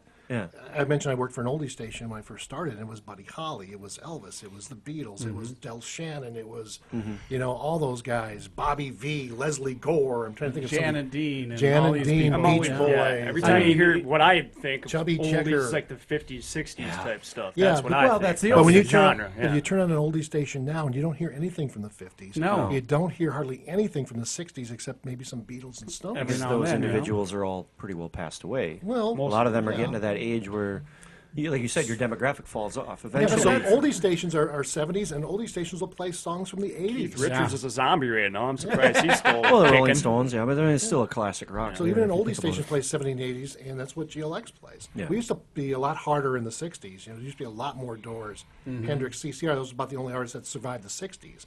You know, as far as the classic rock genre that we still play. You know, a couple of Rolling Stone songs in there. But we used to have, you know, 150 songs in our 60s category, and I probably have about 60 songs left. Wow. Because there's still some Beatles in there, but not a lot, you know, because most of that, it'd all be post-Sgt. Pepper Beatles. Yeah. You know, the pre-stuff is a little too poppy, you know, but it's the later 60s stuff that we'll still play. But it's changed, but we're still basically 70s, 80s with some 90s, and so are oldie stations now. So it's cloud in the water. The style of music you play may be a little different still. Exactly, But they'll yeah. play a lot more of the poppy stuff. We'll play the rock stuff. A different song off the B side compared to Yeah. the main song off A sides or something like that. No, you guys basically right now, correct me if I'm wrong, but you guys have this little thing where you have all the listeners, they call in and they give you kind of an idea of what they want to hear. Is that basically They get to something that- do you have like a listener moment where they get to play? They kind of pick determine some what of the you're stuff playing? where, like in the future we used to have, playlists and yeah, stuff. we used to have music surveys Okay. that we put out every couple of weeks. And Right. we'd put, you know, a bunch of songs that we're currently playing. We'd always throw 4 or 5 on there that we didn't play to kind of get a feel for it. And sometimes you get a feel for a song that was just burning out, that you just were playing too much. Yeah. Roxanne by the Police is one that comes into my mind. Yeah. Because it's, Once Bitten, Twice Shy is that one's another one that's kind of up there where it's kind of getting burned out too. well, 'cause- for you, yeah. I would say I don't think the research would show that. Yeah. But again, everyone's got different opinions. So we kind of look at the broad picture. And if you look at classic rock stations across the country, Roxanne by the Police is always one of their top songs Yeah. played. And we would test that song, and it would come back barely playable, if at all. Oh, wow. really? And there was a time I actually rested it for a while. I pulled it out of rotation for a while because it was just coming back as people saying, you know, we like the song, but we've just heard it so much. You know, play some a little different, you know. And, Well, it's like anything really. Yeah. It's like overkill. yeah, you rest it for 3 months, test it again, it tests through the roof because they haven't heard it for a while. And now it's like, oh, God, that's great to hear again. Yeah. Because I know you gotta be where I careful. work, we listen to the radio and we have a rotation on What station? what stations we listen to. Everybody picks their favorite radio stations, and you know WGLX is one of mine that I've got in there. We can't listen to it in the morning. They don't want to listen Bob to and it in the Tom. morning because they don't like the Bob and Tom show. So it always comes on after The 11. demographic must be older. So individuals. after 11 o'clock, if it's mine, it's when it comes on. It's after 11. So like I said, I do still listen to it. Are you trying to tell me that you're not the Gandalf where you work? You're actually the puppy? No, I am one of the oldest people Okay, that all work there. But You can't even train from a new dog. Or and the old worst dog part to of it trick. is even for the owners, the CEO, and the vice president, I'm still older than them are. So I am probably the oldest, except for one, Don. He's the oldest. the oldest young guy there. Yeah, I'm the second oldest, I should say. But I mean, we have that rotation, and I mean, Roxanne, I've heard that. I mean, in the last year that I've been there, And that's 3-4 dozen but times. that's something you know, that but really it's always- upsets me. But I don't know if it's on. I don't remember if it's on WGLX or if it's on Could be on a the different other station. stations that Yeah. everybody else. Because I know there's a classic rock. There's a rock station that we listen to. There's Classic hits, there's oldies and everything. I And mean, they it's, probably all you know, play it. yeah. So if you're switching every hour or a different hour, they might be playing that rock. Well, no, song. we play it. We play one station in the morning until 11, and then from 11 till 3:30, That's that's cool. when the other one goes on. So we split up. That's pretty neat that you guys work together as a whole company. But then we to do have that. 3 people out of the whole place that don't want to listen to no music at all. So they're no music day on those days. And it's really that sucks. It is. It Yeah, sucks. who the hell Wow. are they? Fire Well, them. two Get of rid of us- them. Two of them, a way to get rid of them. 2 of them are in their Bob and Tom. mid-20s, Really? which they don't want to hear music. Well, you have to because know, it's not. you It's gotta, not probably their style. that Well, they you want. got to Don't know diss them. them. You Don't got to diss know them. them. You got to Okay. know them. Okay. That's why So they their don't personalities are like it. different, You got to right? just know them. They like. But it there's some quiet people when like they that. work. Like my wife, when she's trying to concentrate, I have like a Bluetooth Bose speaker that I play through my phone or her iPad and stuff, and I'll crank music all day while I'm cleaning, cooking, doing whatever. And she'll be like, "Can you turn that down? I can't concentrate." And it's like people like that bother me. If you're working at a computer and you can't listen to music and enjoy your day and work, what the fuck the point sitting in front of Well, a see, computer? that's why some people put the TV on if they're doing something like Yeah, that. It's just, they just need that background ambiance noise, noise, you yeah. know, something that's going. See, I work besides to the just being beat of the quiet. music, so that's why I like 103.3 and rock music because it's a faster paced music. And if I bounce to classic rock or not classic rock, but oldie stuff, and they're playing like Bridge Over Troubled Water, You or wanna shit slit like your- that. Oh, no. Yeah, no, I just you just your body. Probably wants to do that every day. Yeah. Well, if that station's on, yeah, that song, yeah, that or Well, I mean, Aquarius, just- I mean, Age I- of Aquarius. all I know is fucking there- hate that song. I love that song. All right, I hate that song. If that song comes on, instant turn, boom, I'm done. Aquarius. I hate that song, man. Came out when I was born. Yeah. You are old. Says the oldest guy at the table, I'm sure. Yeah, that's why we call him Yeah. Gandalf. Yeah. But and I was gonna, but when I'm at home though, I mean, I always have to have something always going playing, on, whether yeah. it's radio, whether it's TV or something like that, because I just can't sit there and listen to complete silence in the house. You know, even if I'm, on the PlayStation or if I'm watching or on the computer. I mean, something's always got to be running all the time. The radio is your friend. It That's is. right. It We are is. here It for makes you. It makes your always. work day go by faster, I think. The only reason we started podcasting is because I started listening to podcasts. Now, about 8 years ago, when I moved, I personally asked, "Can I go to second shift, save myself a house payment worth in daycare?" Because I didn't want to spend $1,200 a month or $900 a month on daycare for my kids. So I said, "I don't want to hurt myself on the rung of the ladder that I'm on right now, but can I go to second shift for a few years until my kids are in school?" "Oh, yeah, everything's fine." The second I was on second shift, I was pretty well by myself all the time. I had 2 other guys I worked with, but they kind of kept to themselves. One didn't like music, the other one liked music, but I didn't. We clashed together. So I put my headsets on, throw my phone on, and boom, it was Stitcher Radio, and all of a sudden I'm listening to Kevin Smith podcast, Joe Rogan podcast, Bill Burr, Doug Benson, stuff like that. And for 5-6 years, that's all I was listening to because they didn't want me to listen to the fucking radio. And then all of a sudden, someone said, "Oh, I don't like that he does that, so we're going to make a new rule to say you can't wear headsets while you're working." So that took that away, and then it was boom, right back to the radio I went, which was perfectly fine. But then, thank God, Bluetooth speakers came out because now it's a variety. On Mondays, I listen to podcasts. Tuesday, Wednesday, Thursday, listen to the radio. If I'm at work on Friday, it's back to podcasts because there's certain shows that come out that I want to listen to. But it's unfortunate that you have to have a no music day. I hate people like that. The people that do that at our work. They do it just because they want to be assholes. Oh, okay. That's the reason why. Right, so it's but you personality still got to thing. know. But you still got to know the 2 that or the 3 that don't want it. But 2 out of the 3 just don't want to do it because they want to be assholes. Because they were always fighting over. Well, we want to listen to this station and we want to listen to this station. Well, they that's don't why like- they went. they That's don't like why your they structure, so they well, threw a that's why fucking they decided curveball to in go there. that way. Because before they used to go, they would take every radio station they were able to get in, and every 2 hours. They would play one every 2 hours. They'd switch it to the next one, whether it was classic rock, whether it was country, But then you got some people. I don't like country. I don't like the oldie station. I don't like this one. And that's why they decided to ask everybody, "What 2 do you like?" And we're going to go in the morning and go in the afternoon. But again, those other 3. Must be a small enough area where you can't have your own radio, Oh, it's huge. is it? Okay. They Why don't not let want people us- just they have their don't own want radio? it. and They listen Keep to it on a want low it. roar. They don't want You us know? to do that. Because I was doing that with my phone, because I got a playlist on my phone, and I had one of my smaller speakers hooked up to mine and at my station, and they said that it takes the personality. I don't know. You're stealing his radio time. Well, No, no, it's it was interpersonal No, it skills was the with other day that people. we didn't have radio. Because I figured, okay, leave it low enough where I can just hear it. Yeah. You know, I mean, because all the other people that are up in the office, they have all their own little radios up in their own little cubicles. Yeah. You know, we can't because I'm in a big warehouse that has 4 stations where I work at. You know, and I got one, just 15 feet here. I got another one 15 feet there, and the other 15 feet on that way. And they didn't want everybody to hear their own freaking radio. I got Office Space going through my head. Yeah. I was told I could listen to the radio at a reasonable level. We're going to take the stapler stapler. There's my stapler. But then that's an awesome movie. Then I was thinking of the same thing. I'd just use my phone and then put headsets on. Well, no, because if they need to talk to us about something, they want to be able to communicate with us well. You know, it is what it is. You know, that's the rules. But every business is Nothing I can different. do. Yeah, every business is Hence the different. carrot. Now, have you through? Yeah, hence the carrot. Yeah, it's Right. the carrot, yeah. We won't get into that story again. We said it enough. Yeah. Just mind you can get fired for eating carrots. Yes. Okay. Yes, definitely. Yes. So through the years that you've been doing radio, have you brought up like ideas for different types of shows? I mean, there's that one station that you and Brian Sternad usually do where you go out, WCCN and out of Neilsville. where they have like do an hour a where the guest Friday comes in morning. and they do a playlist on It's a. called 80s to the Max, where you come in with your own little never list heard of of it. music. He's got to deny it, man. They're always listening. Yeah, I know. But yeah, that's fun to do. Yeah. It depends again if you can get it sponsored, if we can get ratings. We've done things in the past, and there's still polka shows on country stations. Yeah. We had something called Spice Sunday Vault, mornings. years ago, where he came in and played all the deep cuts that he had in his record collection for years and years and years.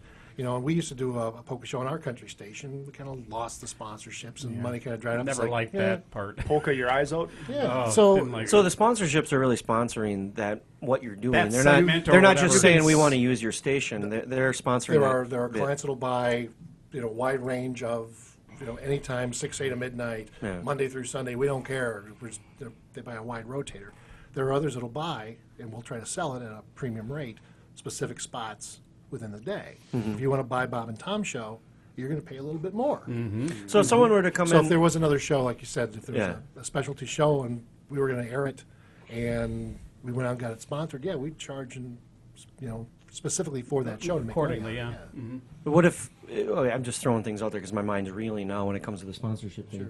Like somebody coming in and said, I want to, or no, let's say requests, like for us when we talk about sponsorships with other individuals, and I'm not doing that for WGLX because I'm sure they wouldn't do that, but it's the idea that for us it's $300 a year. That's what it costs to keep the website and do all the uploads. Boom, that's all I want, $300 a year. If you want to do a sponsorship like that, is that like a reasonable price?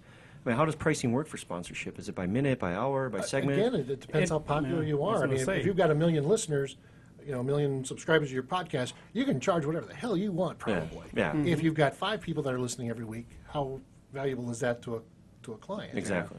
They Well, got- that's just it's a like numbers game. That's just like It is. when I was running the business. When I had Hot Now. I mean, there was times where I was on WGLX because a lot of the age That- group that we were aiming at, demographic? our customer base, Yeah. listened to WGLX, Right. not country. Very little I advertised on country because that wasn't the basis I was looking for. So The demographic. I went always with WGLX just because that was my target You felt audience like that your I was target, looking for. Well, I mean, I didn't care about my feelings, Yeah. I mean, my personal feelings on what I liked. Yeah.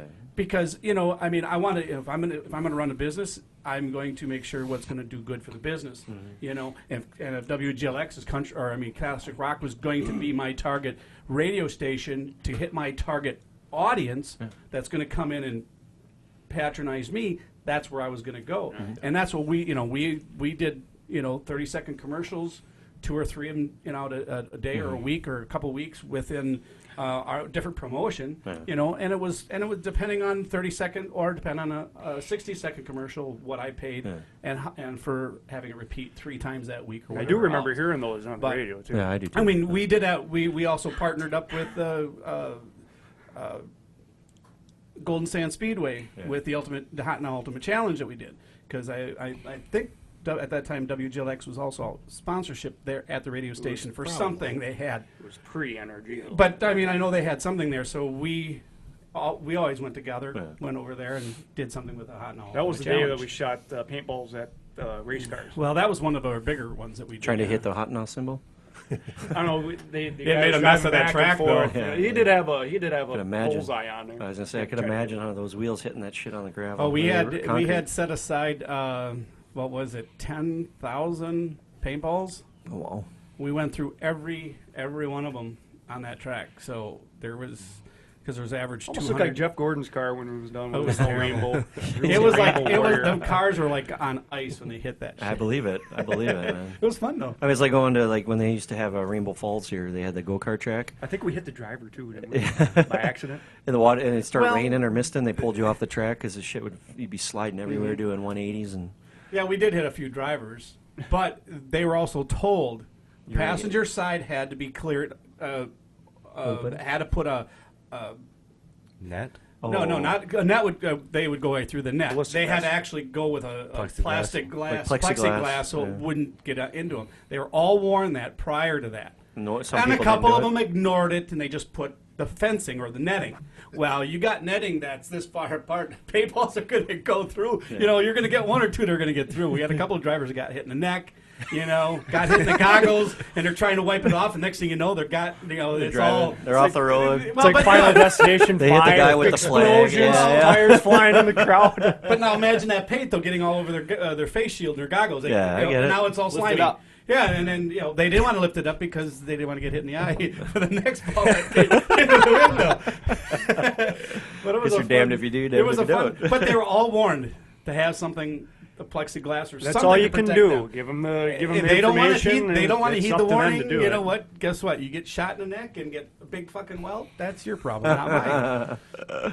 They learned. They learned. Well, We used it to is look what at it is. airsoft pellets. That would be even worse. That's new now, Right, the man. neck sucks. Yeah, but you know the worst part of it is that half of the paintballers that we had that day doing that, they cranked their guns up because we normally had them between 175 to 220 psi, and they all cranked them up to 350 psi, and they were hitting those cars. So when they hit, they stung You like got a those guys who mother. are doing this stuff. Oh, on and the well, trigger. yeah, they'd have the. I don't know how they do that. And a couple of them, instead of buying, Rocking it. instead of getting the small CO2 bottles we had, we actually got the big tanks. Oh, so you didn't hooked go up the out? big tanks. So I mean, you could sit there all freaking. As long as somebody was filling those hoppers, they were shooting. They were shooting. They were shooting. I wonder why you went through so many. Yeah, 10,000, about 10,000, or no, it was 100,000. I think it was 100,000 balls we went through. Just Because because each case carried 2,000 balls, and I think we had somewhere right around 10, 15 cases Oh, that wow. we had sitting there. So yeah. Yeah, It's, it was it's about 15,000. Yeah. But about half of those people that shot, they go through a lot anyway. Yeah. I mean, they're like some of them crazy. go They through just some, burn, like boxes and boxes of that up. some of them I go was through more concerned 200 and Oh, of course. because I didn't want to spend $60 for another. What were you box. doing there? You were shooting what? I was shooting the paintballs. It too. sounds like something else. You were Oh, shooting. it was fun. It was fun. It was fun. Yeah. I was aiming my shots precisely. Yeah. I always want to hit the driver in the neck. Yeah, you timed it perfect from the speed and the trajectory. You got right through that little Did one of one these, by one square. Doing his calculations. Right when they get to this point. He sucks at math. I know you Yeah, didn't do I that. had somebody else do my calculations for me. Yeah, we had little kids. We had between 10 to 12-year-olds with every one of the paintball guys grabbing out of these bags with cups. And we had everybody's hopper was open all the way. So while they were shooting, these kids would keep filling the hoppers so we would keep shooting so we wouldn't have to stop. It was actually pretty fun to do. I believe it. I've seen I'm kind of getting away from That's- that. yeah. I've seen a lot of transition for radio shows actually putting their show up or their certain segments up on like NPR Media and stuff like that. They do their own podcasts. They put their shows up as a podcast. Like Bill Maher's HBO special that he does and stuff like that. Do you see radio kind of moving towards the internet base? I mean, I noticed that when it comes to like sponsorship or payment, trying to listen to the radio on the internet is really tough. You have to really find certain locations and certain stations that are I think actually it's pretty streaming. new yet. I think it's still in its infancy no, It yet. shouldn't be. No, it shouldn't. because I mean, they've got there- apps that you can There do it is an with. app that's called TuneIn. Yeah, I've used it. I can get WGLX on that, I believe it was. Because I used to listen to Pat and AJ in the morning. That's on YTE. Yeah, yeah. Oh, that's right. Yeah, They that's were Know your on fucking YTE. shows. Well, but I mean, He's I gonna listen- hit you I one of know. these times. But But I mean, I It's used to okay. listen. He's old. He gets confused. I do. Senility, yeah, senility. But I mean, I know I've listened to WGLX, and I know I've senile. listened to YTE on there too. And I know there's a couple other ones up in Wausau. Yeah, and TuneIn is kind of relatively new when it comes to apps and radio stations, you know. But it's kind of neat because I mean, you could be anywhere. If you have your favorite stations already plugged in an app, it's there. But now, if you're traveling and you're down like in Florida and you put TuneIn in, it'll pick up all the local radio stations that are in that area that use TuneIn. Yep. But then, if you really want to listen to your favorite stations, you go to your favorites, hit whatever station you listen to, and now you can listen to your favorite station there and not have to worry about it because everybody's always comfortable when they can hear their own.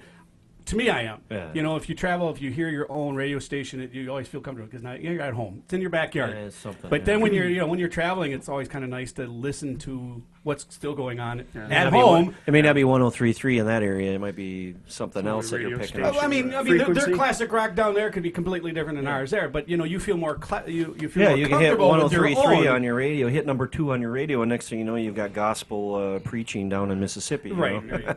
That's the other thing I like. Sirius radio.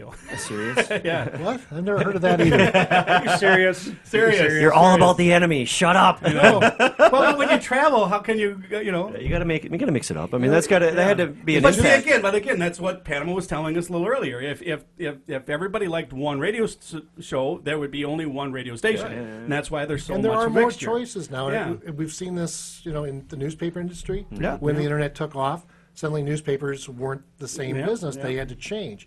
You can go back to TV when cable came out. Yeah. Mm-hmm. I grew up watching 3 channels. Yeah.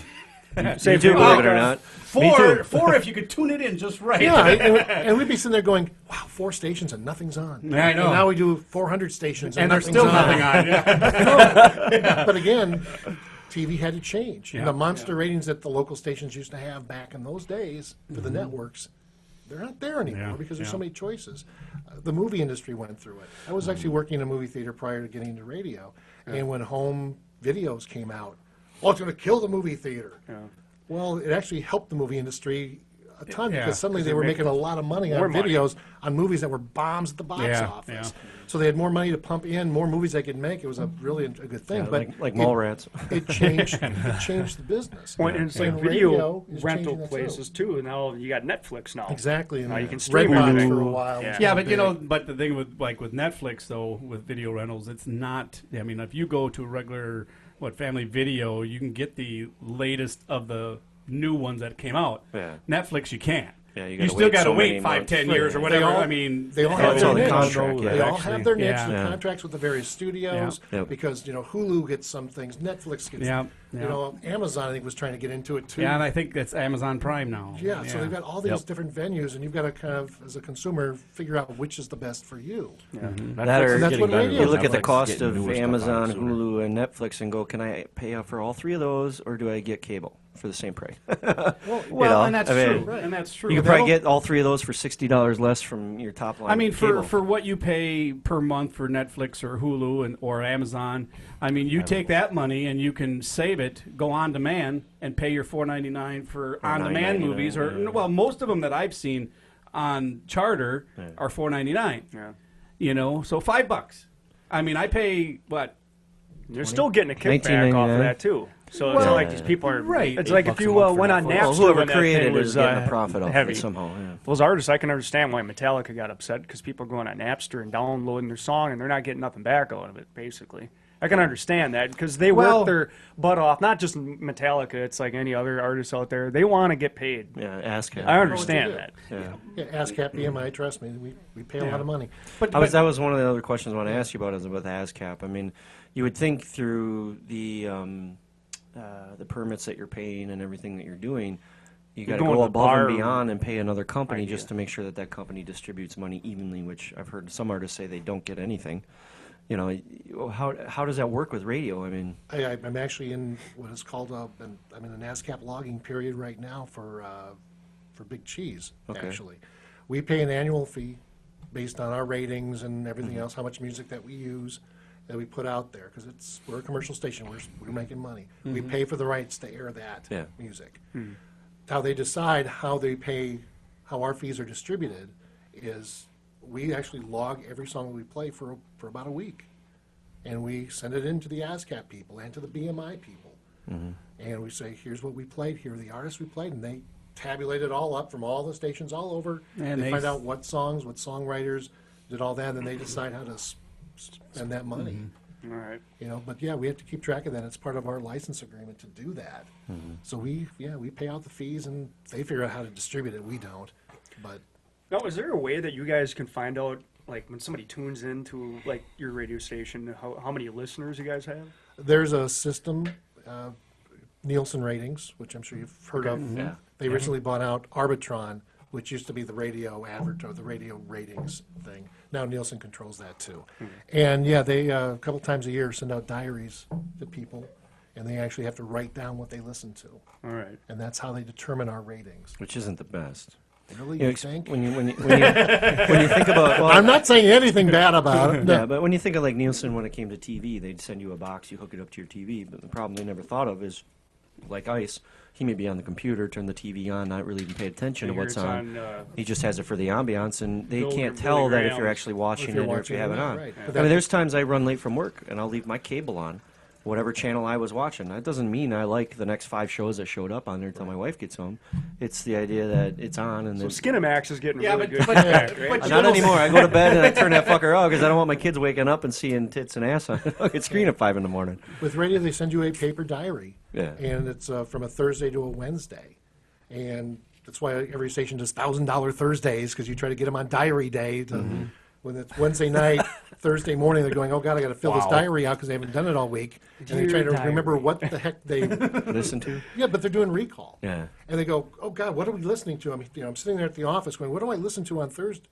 What did we listen to this week? What do they have on now? That must be what we listen to all week long. It's not So, real yeah, accurate on I was that gonna level. say, yeah, that won't be Now they accurate. are developing what they call people meters, and they actually are like little pagers almost, Wouldn't it? and they actually will pick up the sound and will be able to identify the station from what Kind you're of like listening Shazam or Yeah, very much kind of so. like Shazam. well, yeah, but Shazam is probably one of the most common one. That'll pick So up they're getting, music yeah, and it's getting much more accurate in that ways, but a lot of times you're relying on recall. But now the Nelson ratings, though, they're actually going to turn around because of all the smart TVs out there that are hooked up to the internet. They're gonna say, able there's gotta to. be a better way they're to going do be that. able to do that through that. I mean, you would think like 103 or like WGLX, they'd create their own app that they could use for people's phones now, which would pick up that radio frequency. It And every doesn't- time you open it up, it's logging the time and what's going on. It doesn't count for the ratings. That's crazy. Anything that's done, any listening online on a computer, does not count in our ratings. It's only what's that's- over what's the over the airwaves. airwaves. Really? I mean, And that's the way they've defined it for now. I would think maybe it's the future and everyone's on more of a level It playing might With the just internet, change. a yeah. It little, might yeah. change, It might but just change. Yeah. you know, it's one of the reasons why some stations stream because they think it's good for their brand and their image, and other stations don't because they view it more as an expense. Because if you're listening on your smartphone, that doesn't help my ratings. That's Right. not what drives my revenue Yeah. for the radio station. So in that case, that's crazy. unless I get enough sponsors to cover my new BMI and ASCAP fees for streaming that music, which is not covered by your normal license, there's an expense to it. You got someone hosting it Yeah. that charges But if you you- to if you have your purchase stream storage on fees. But if you all have of a sudden it. paid- You have to, if you you have had to a pay to paid- get the app done. You have Yeah. all these expenses. And some stations say, you know what? It's just not worth it right now. I mean, that's what like Pandora is. I mean, I've at points where I'm at work and I'm listening to Pandora for music radio, like 90s alternative rock or whatever mixture.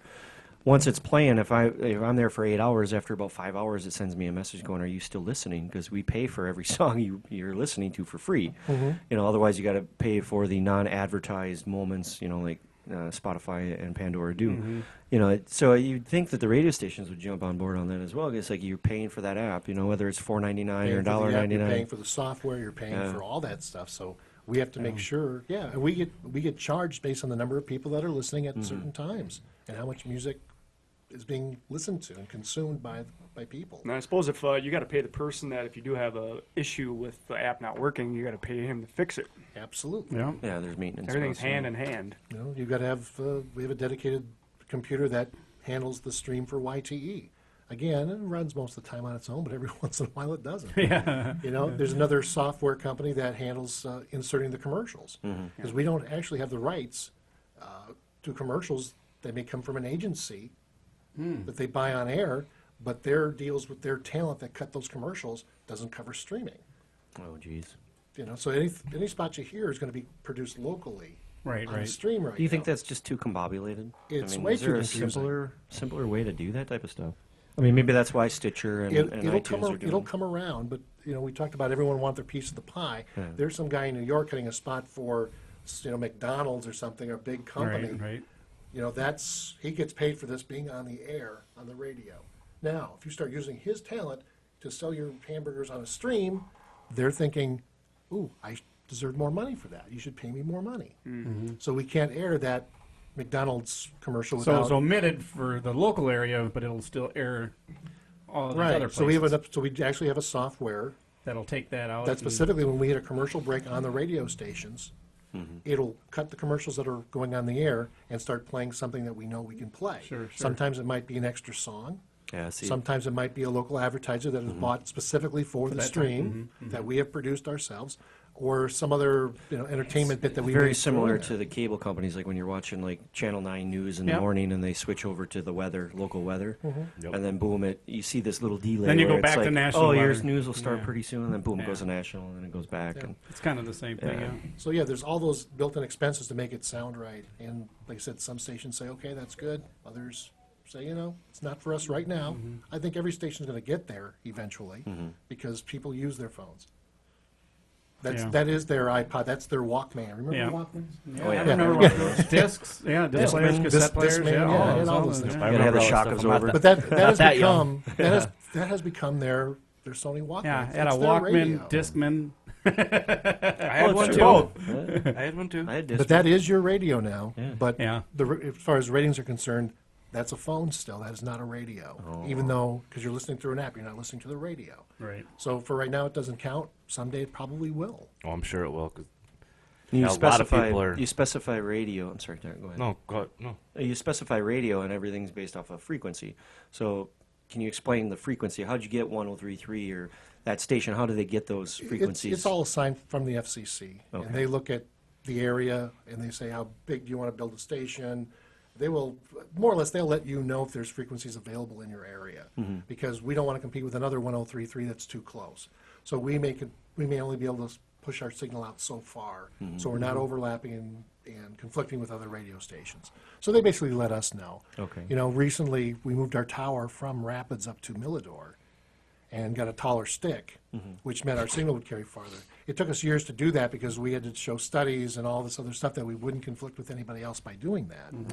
And because there may be other stations on 103.3, other areas that the FCC has said, well, they could have a 103.3 up here, but if you move up there, you're taking that airspace from them. So we had to go through and file and wait out a waiting period that said, nobody claimed that frequency in some other area or some. I don't get into that aspect That's of it. politics of it all. But that's how we ended up getting it is, they're all pretty well established now. You don't see a lot of new stations come out on new frequencies very That's often. why when you get down by Coloma area, it starts to fade away, and then Something you else know, comes in. Yeah. A Yeah. good example is 107.9, which is Big Cheese up here, but there's a station in Cedar Rapids, Waterloo, Iowa, that's also on 107.9. And when our station would go off the air, if we had a thunderstorm and we went off the air, we'd start hearing them. Oh no kidding. wow. It turns out we just bought them. It's just really funny. So now at least one of our stations on the frequency, but we would call them up and say, hey, we can hear you guys today. but vice versa, because the signals would fade, but if you've got some atmospheric conditions, it can skip. Yeah, right. And we would hear them. It'd be kind of funny. That would. But they try to avoid that. So our 107.9 can go so far. Theirs can come up so far. Yeah. And there shouldn't be. Any overlap. yeah. Yeah, so when you're driving, we may fade away. And before too long, something else is likely to fade in.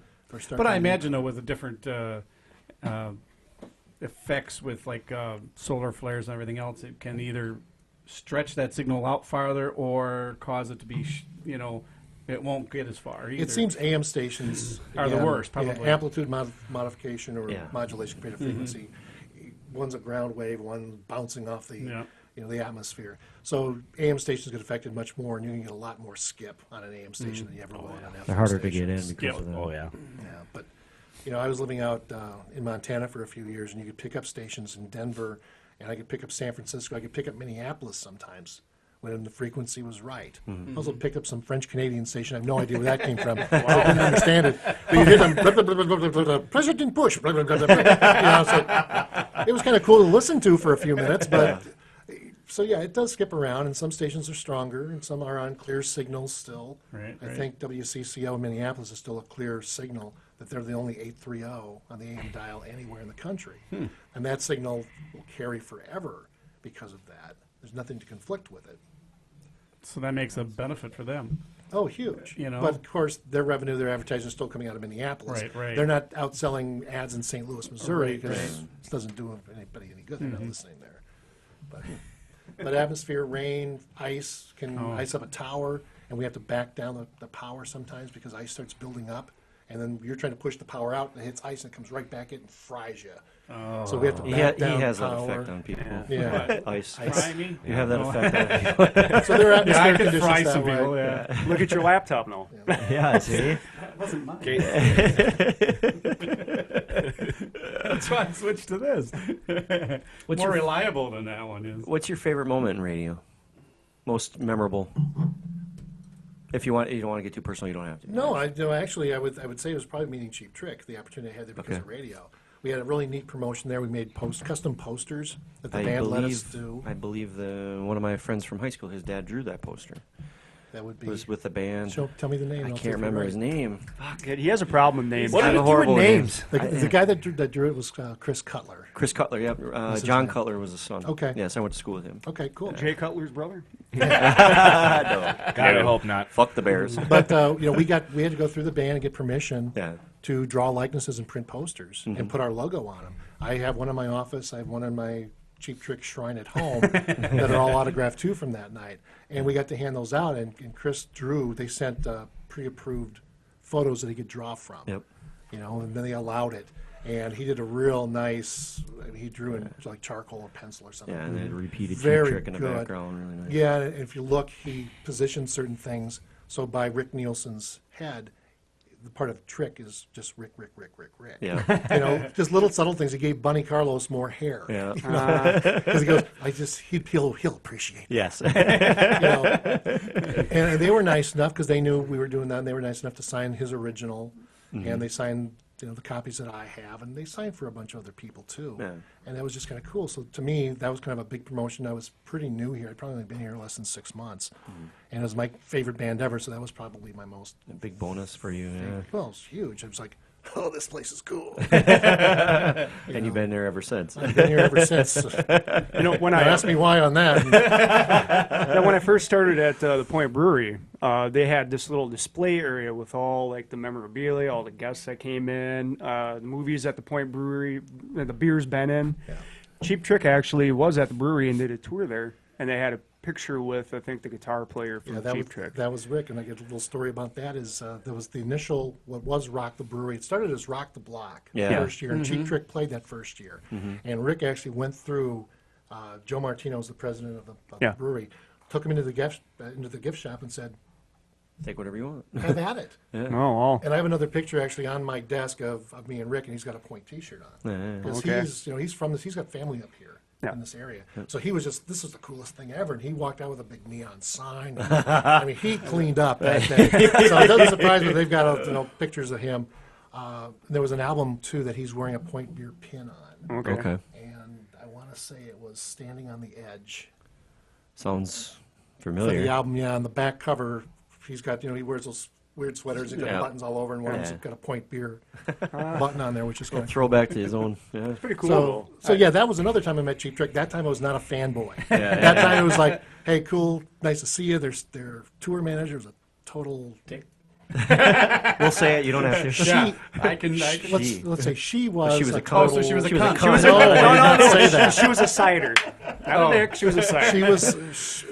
But that's what they do. I mean, that's what they do because they, you're back there getting stuff signed for the station, Yeah. and she's the one that comes along and just goes, time's up, and she's the one that's mean to people. What a cunt. You have And to, they- though, but you have to But be. they have Yeah, to I be. know. Yeah. Because Yeah. the Well, situation they'd be was, there all day. Rick was there signing some T-shirts, and we were getting some things signed for the station. Yeah. And she comes up, it's time's up. She goes, time's up, and she grabs the pen, literally, the Sharpie, right out of his hand and says, that's it, time's up. You people got to go. And Rick's like, well, you heard her, I don't have a pen, I can't do anything. And we go, Here got you another go. pen. So she was a dream crushing police. Yeah. Yes, Yes, yes, very much so. crush it. But that's what they do, and I understand that because I've dealt with enough of those people over the years. Sure, She's sure. got to be that because the artist, they don't want to be that person. Yeah. Right. They don't want to be. That's it. You people get away from me. Hey, they hire someone. that's what to they get be paid to do, me. yeah. That's what they get paid to do, and I understand it. And it was Well, I fine, imagine, but yeah. when they start playing, oh, dumb, I just like. I can't do anymore. I really want to, everybody, but she's not. She won't let me. I don't have a pen. I can't. I'd be happy to sign that I don't have a pen. Well, I do. Yeah. But who carries Sharpies? Yeah. Radio people. I have Sharpies all the time, usually one in my pocket at every so moment. that's Well, I heard a story though when the Packers came up. Leroy Butler came up for his breast cancer foundation thing that he was Yep, the doing. golf outing, And I know they went to Yeah. Sportsman's or some type of bar in Rapids where they were actually doing signings and stuff like that. And there was a lady there that was Idas. exactly the same way. She was like watching everybody that was coming up to him. That's $20. You can't talk to him unless you pay $20. Yeah. You can't sign that. You got to pay $25 or whatever. someone's got to be The dick. Yeah. Someone One of has to them. be that. One of them, one of the Packers, I can't remember who it was. They actually says, he kind of whispered in here, just kind of meet me in the bathroom. It's going to sound weird. Just Gilbert meet me in the- Brown. yeah, meet me in the When- bathroom. When they were up and then Gilbert Brown was up, we went they to were at- Ida's. they were at I- They were at Ida's and they were actually signing the floor. No, I think he actually put the shirt in there. Yeah. The guy put the shirt in there. He left, and then he walked in there, signed it, and then he went back in. And got Well, it. see, I was there with the way to do with it. my wife Heather and her dad and a couple other people, and we actually bought a table to sit there at Ida's when Gilbert Brown and Santana was there. William Henderson. Henderson was there. Dotson, right? Not the guitar player. No, and I had my my Packer Gilbert hat Brown, Santana, signed Dotson, not and by William Brown Henderson. but by Santana. Didn't cost me nothing, thank God. But we got to know Gilbert Brown's brother. He played for That's who it was. It was area football. It was arena football. Arena He was football. playing, and I don't remember what it was. Actually, he came over and sat at our table. We got to really know him throughout that hour, 45 minutes or whatever, because it was supposed to last about 2 hours, and he sat with us the whole freaking time. He was the coolest guy I've ever met. Yeah. And after he was ready to leave, he says, "Don't worry about it, guys." He says, "We'll get Gilbert. Come over here. He'll sign it. Won't cost you a thing." He went and talked to his brother. He came over and he signed something for every one of us and didn't cost us We've a been dime. lucky. Just because we got to know his brother. Yeah, and he but was we've been really lucky as a cool. family. Every individual that we've ever run to that has some type of fame to their name has been above and beyond. And I'm not saying they don't Nice. do that for other people, but our family has gotten lucky. I mean, we've run into so many in the Dells. Oh, yeah, even in who do town. we run into I mean, from I was at the Wisconsin? golf outing with Leroy Butler. I got to sit and talk to him for. Who was it that we? My dad got to ride. No. We went into In the Dells. what was that place that we went to? He was a Wisconsin running back. Niggs. Yeah, Swig Swig Niggs. Niggs. Who was a running back from Wisconsin? Yeah, it wasn't Dane. Yeah. Ron Was Dane. it Ron Dane? Yeah, Ron Dane. Yeah, he was sitting there with a couple of his buddies. They had some basketball. It was a promotional basketball type thing that they were doing there. And we walked in there, and they were both sitting Well, I right there, and we I got to wasn't. see You him and weren't talk there, to him. It was yeah. really was cool. awesome. Yeah, never. But then when he stood up, it was like, holy fuck. Bigger than I thought you were. I think that was before I was legal to go in bars. Yeah, it was probably Yeah, was. yeah, But yeah, we got to see him. But that was actually pretty cool. Oh, but we we just- never we asked. just- But we never asked for his autograph we or ne- anything we either. never really we do. just said, we said, nice to meet you. I mean, hell, we walked right by him, didn't even realize it was him until Mark saw him. It's Mark like, said, he goes, I think that's I Dean. think that's Ron Dane. Yeah. And he went over there and he grabbed his hand and shook it, and he says, "You're Mark. You're Ron Dane." Yeah. So then we got to talk to him. You talk about fanboy. Do you have fanboys or girls? People that just like are like, oh You my mean god, stalkers? all the time. Yeah, I mean, other than us, obviously. I've had a few stalker incidences Yeah. over the Jesus. career, and they're not fun by any stretch. The first one was back at the oldie station, and she used to try to follow me home. Oh, wow. And she, She must have had a shrine up for you and everything she else. probably I don't know, did it. probably. She would write letters, Oh. and we had a file on her because she would sit and critique everything you did on the air that day, and she'd send it off to you the next day. Oh, no kidding. And anytime we do an event, whether it be a concert or whatever it Wow. may be, if we were out doing a grocery store remote or whatever, You should have done it this way. she would show up at these things, and then she'd wait around, and a lot of times she'd try to hide. And eventually she figured out what car was mine if I was driving my own vehicle. That's horrible. And she'd wait for me by my car sometimes. I was like, oh my Lord. And there'd be times she'd start following from the event hoping that I was going to go home, and I would sit there and drive in circles until she realized that I was onto her and she'd take off. But it can be creepy. It can be kind of scary. There was one time where we had a Wagner's bowling alley in Eau Claire. I don't even know if it's still there anymore. I think it is. But it was, Eau Claire, I think there it was is. this big, it was like 66 lanes, 66 and a half lanes, I think was their claim to fame. But it's like 35, 40 of them are on one side, and there's 20 on the other. Hold on, how do you get a half a lane? It literally is. It was a half a lane. Jesus. It's set up. You know how it's set up with 2 lanes Yeah. with 1 ball return. Yeah. But it was only 1 lane with 1 ball return. Oh. That was No, a there half a was, lane. no, there was a half lane. No, it was Oh, half was the that literally size. half Literally was half Oh, lane. wow. But there was kind of a joke thing, I think, that they Okay. slipped it That in could and have ran been. out of That could have space. been. and That they was didn't for know what to the do with 4-year-olds and younger? it. Probably. Or the was midgets just- in town? But, you've got 40 lanes Yeah. down, we were there bowling for a bowling league for the station. So, we talk about that on the air. Hey, we're out bowling tonight. We got the weather guys coming with us. And we spotted her early on in the night, way, way down at the other end. And you could just see her that every time I'd go out the pool, she'd kind of start peeking around one of the poles so she could get a look at, what's going on. And she waited down there until we got done. As soon as we got done, she came down and made her moves like, oh, what a surprise to see you here. Oh, yeah. And it's Yeah. I saw you hours I ago. saw you hours ago. Oh, no. I just.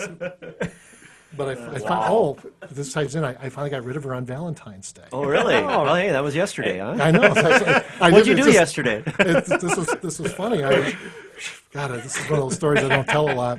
Let the dirt shower over you. She sent me a Valentine with a picture inside. And it was like, Provocative. we were doing a Valentine's night party at one of the bars there where we were giving away a trip. I don't even remember what the trip was. It was one of those, basically, you win the trip, you're taking off the next day kind of trips. Oh, wow.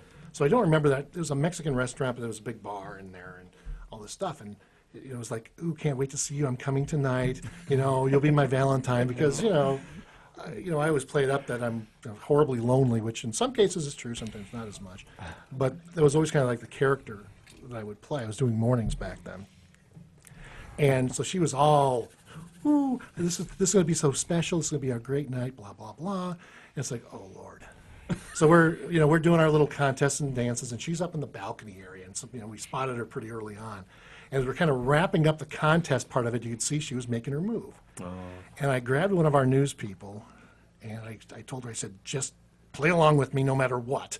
And she's like, what do you mean? I said, just play along with me. Let's go dance. And I don't dance. But I saw her coming down, so I grabbed her, and I took her out, and we started dancing. It was a slow song, thank God. So I'm doing the slow dance, and she's like, what's this all about? I said, just play along. Just, you see that girl over there? It turns, like, you mean the one that's, like, staring at you? Like, yeah. I said, just play along, okay. And her name was, I'm not going to say her name. All right. That's all right. Well, if she's still stalking, she may check this out. I don't know. Never know. Huh? The story's familiar. Hey, that's your She's- cousin. And she's standing on the sidelines, where everybody else is over the tables, arms folded, just daggers coming out of her eyes. And, we come off the dance floor, and she looks at me, she goes, who's this? Well, this is Chris. This is my date. You never say anything about dating. I said, well, no, I don't talk about my personal life. I said, on the air, I'm just this fun-loving single party guy. Yeah. How long have you been dating? A couple of years now, probably. Yeah. Call me if you ever break up. Storms out. And I mean, she was just scary, and she took off, and that was really... Kind of it? Yeah, I did hear from her one other time several years later. It was when I was here. How many years has it been since she's been out of your life? She came back in it. Like you said, I heard from her one time maybe 5-6 years ago. Oh, really? Yeah. And she was trying to get a reunion of all the people that worked at the station back then together just because she was such a fangirl. Oh, wow. And the station had gone from oldies, and I left there when they went to News Talk. I stayed there for a little bit. I did talk radio for a while. Oh, really? Hated it. Another story. And I got out of there, went out to Montana for a couple of years, and came here. And she had contacted some people back at the station that were still there Oh, in Eau wow. Claire. And one of them said, well, he's on Facebook or something. And she sent me a message saying she was trying to get this reunion back together, trying to get everybody together. It'd be great if they could get me back there.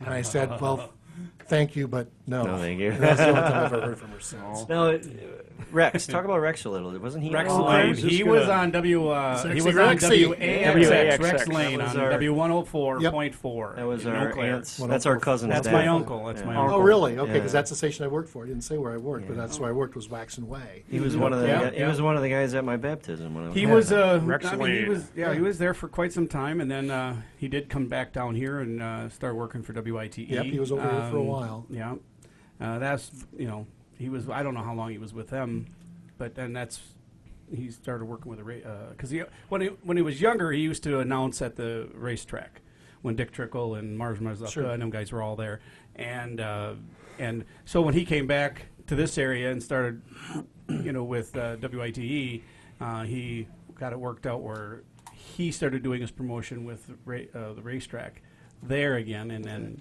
he was there. That's the same time I was doing my Hot Now Ultimate Challenge and all this other stuff and that. So it was actually kind of neat to watch him work again, there locally. Yeah, he had just left Wax the time I started. Oh, really? Yeah, he had I don't remember all the circumstances. I was new to the business, and I really didn't know a lot of the politics that were going on.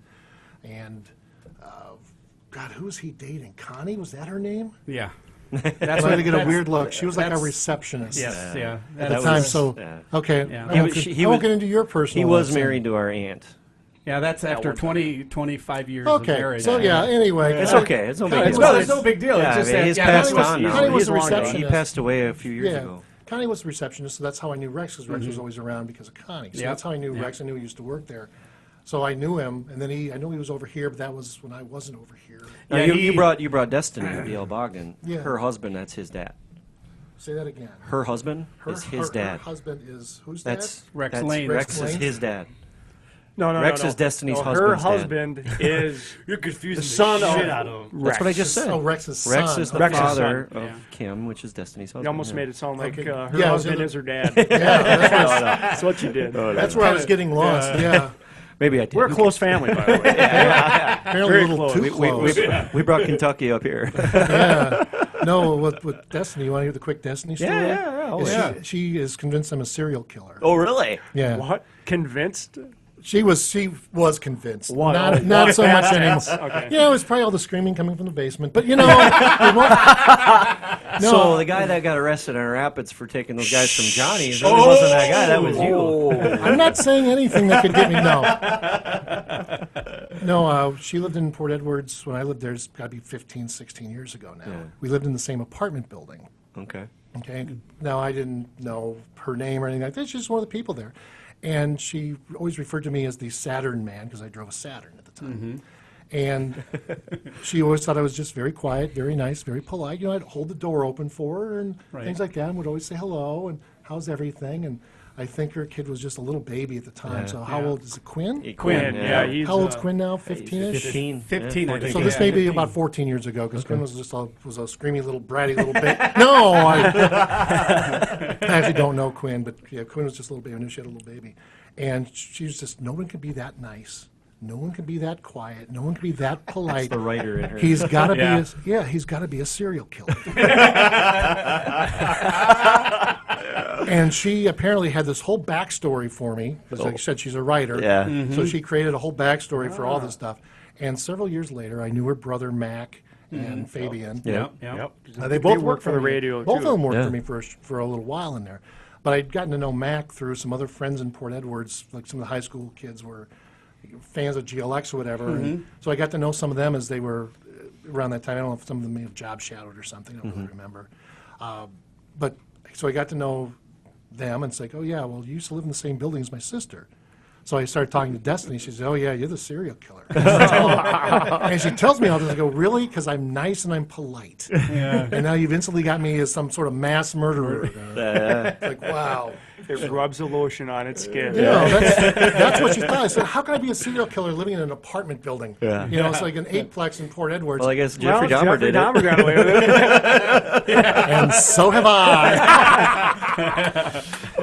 So she eventually moved, and I eventually moved, and it didn't really come up till I met Mac and Fabian and those guys. That's a good story, though. I mean, you know, it's a small world. Small world. Yeah, small very small world. world. You know, Yeah. she Should've even been on warned the me show. about coming on the show, which I would hope she would have once it got posted that I was going to be on it, so I figured it was okay. Well, you posted that against my better judgment yesterday. I'm going, what is he thinking? We got whips and chains in the basement or something? We're going to tie him up? I was hopeful. Yeah, our name isn't that girl you were just talking about. She's sitting in the chair waiting. Hi, Panama. Remember Yeah. me? And I didn't even tell the story about the one that found out where I lived. Oh, hey, you want to tell that one? We're all ears. I'll tell this one really quick because I don't want to get other people in trouble. But there was, We don't As long as you care. don't name drop, I guess. Remember, this isn't radio. I was We out. don't I was out at a bar, and this girl bartender she was fairly new, and she took a shine to me. I don't know why. People still say took a shine to somebody. Your age is showing. Wow, no kidding. Oh, she took a shine to me, and I think that's kind of vinyl record era talk. yeah, well, No, I'm that's kidding. me. That would And be kind of like take a shine. I think make 'em somebody's blind. thinking go towards the light, different here. Panama. Exactly. You're old enough now. And, you know, it was a bar that we frequented in Rapids back in my early days here.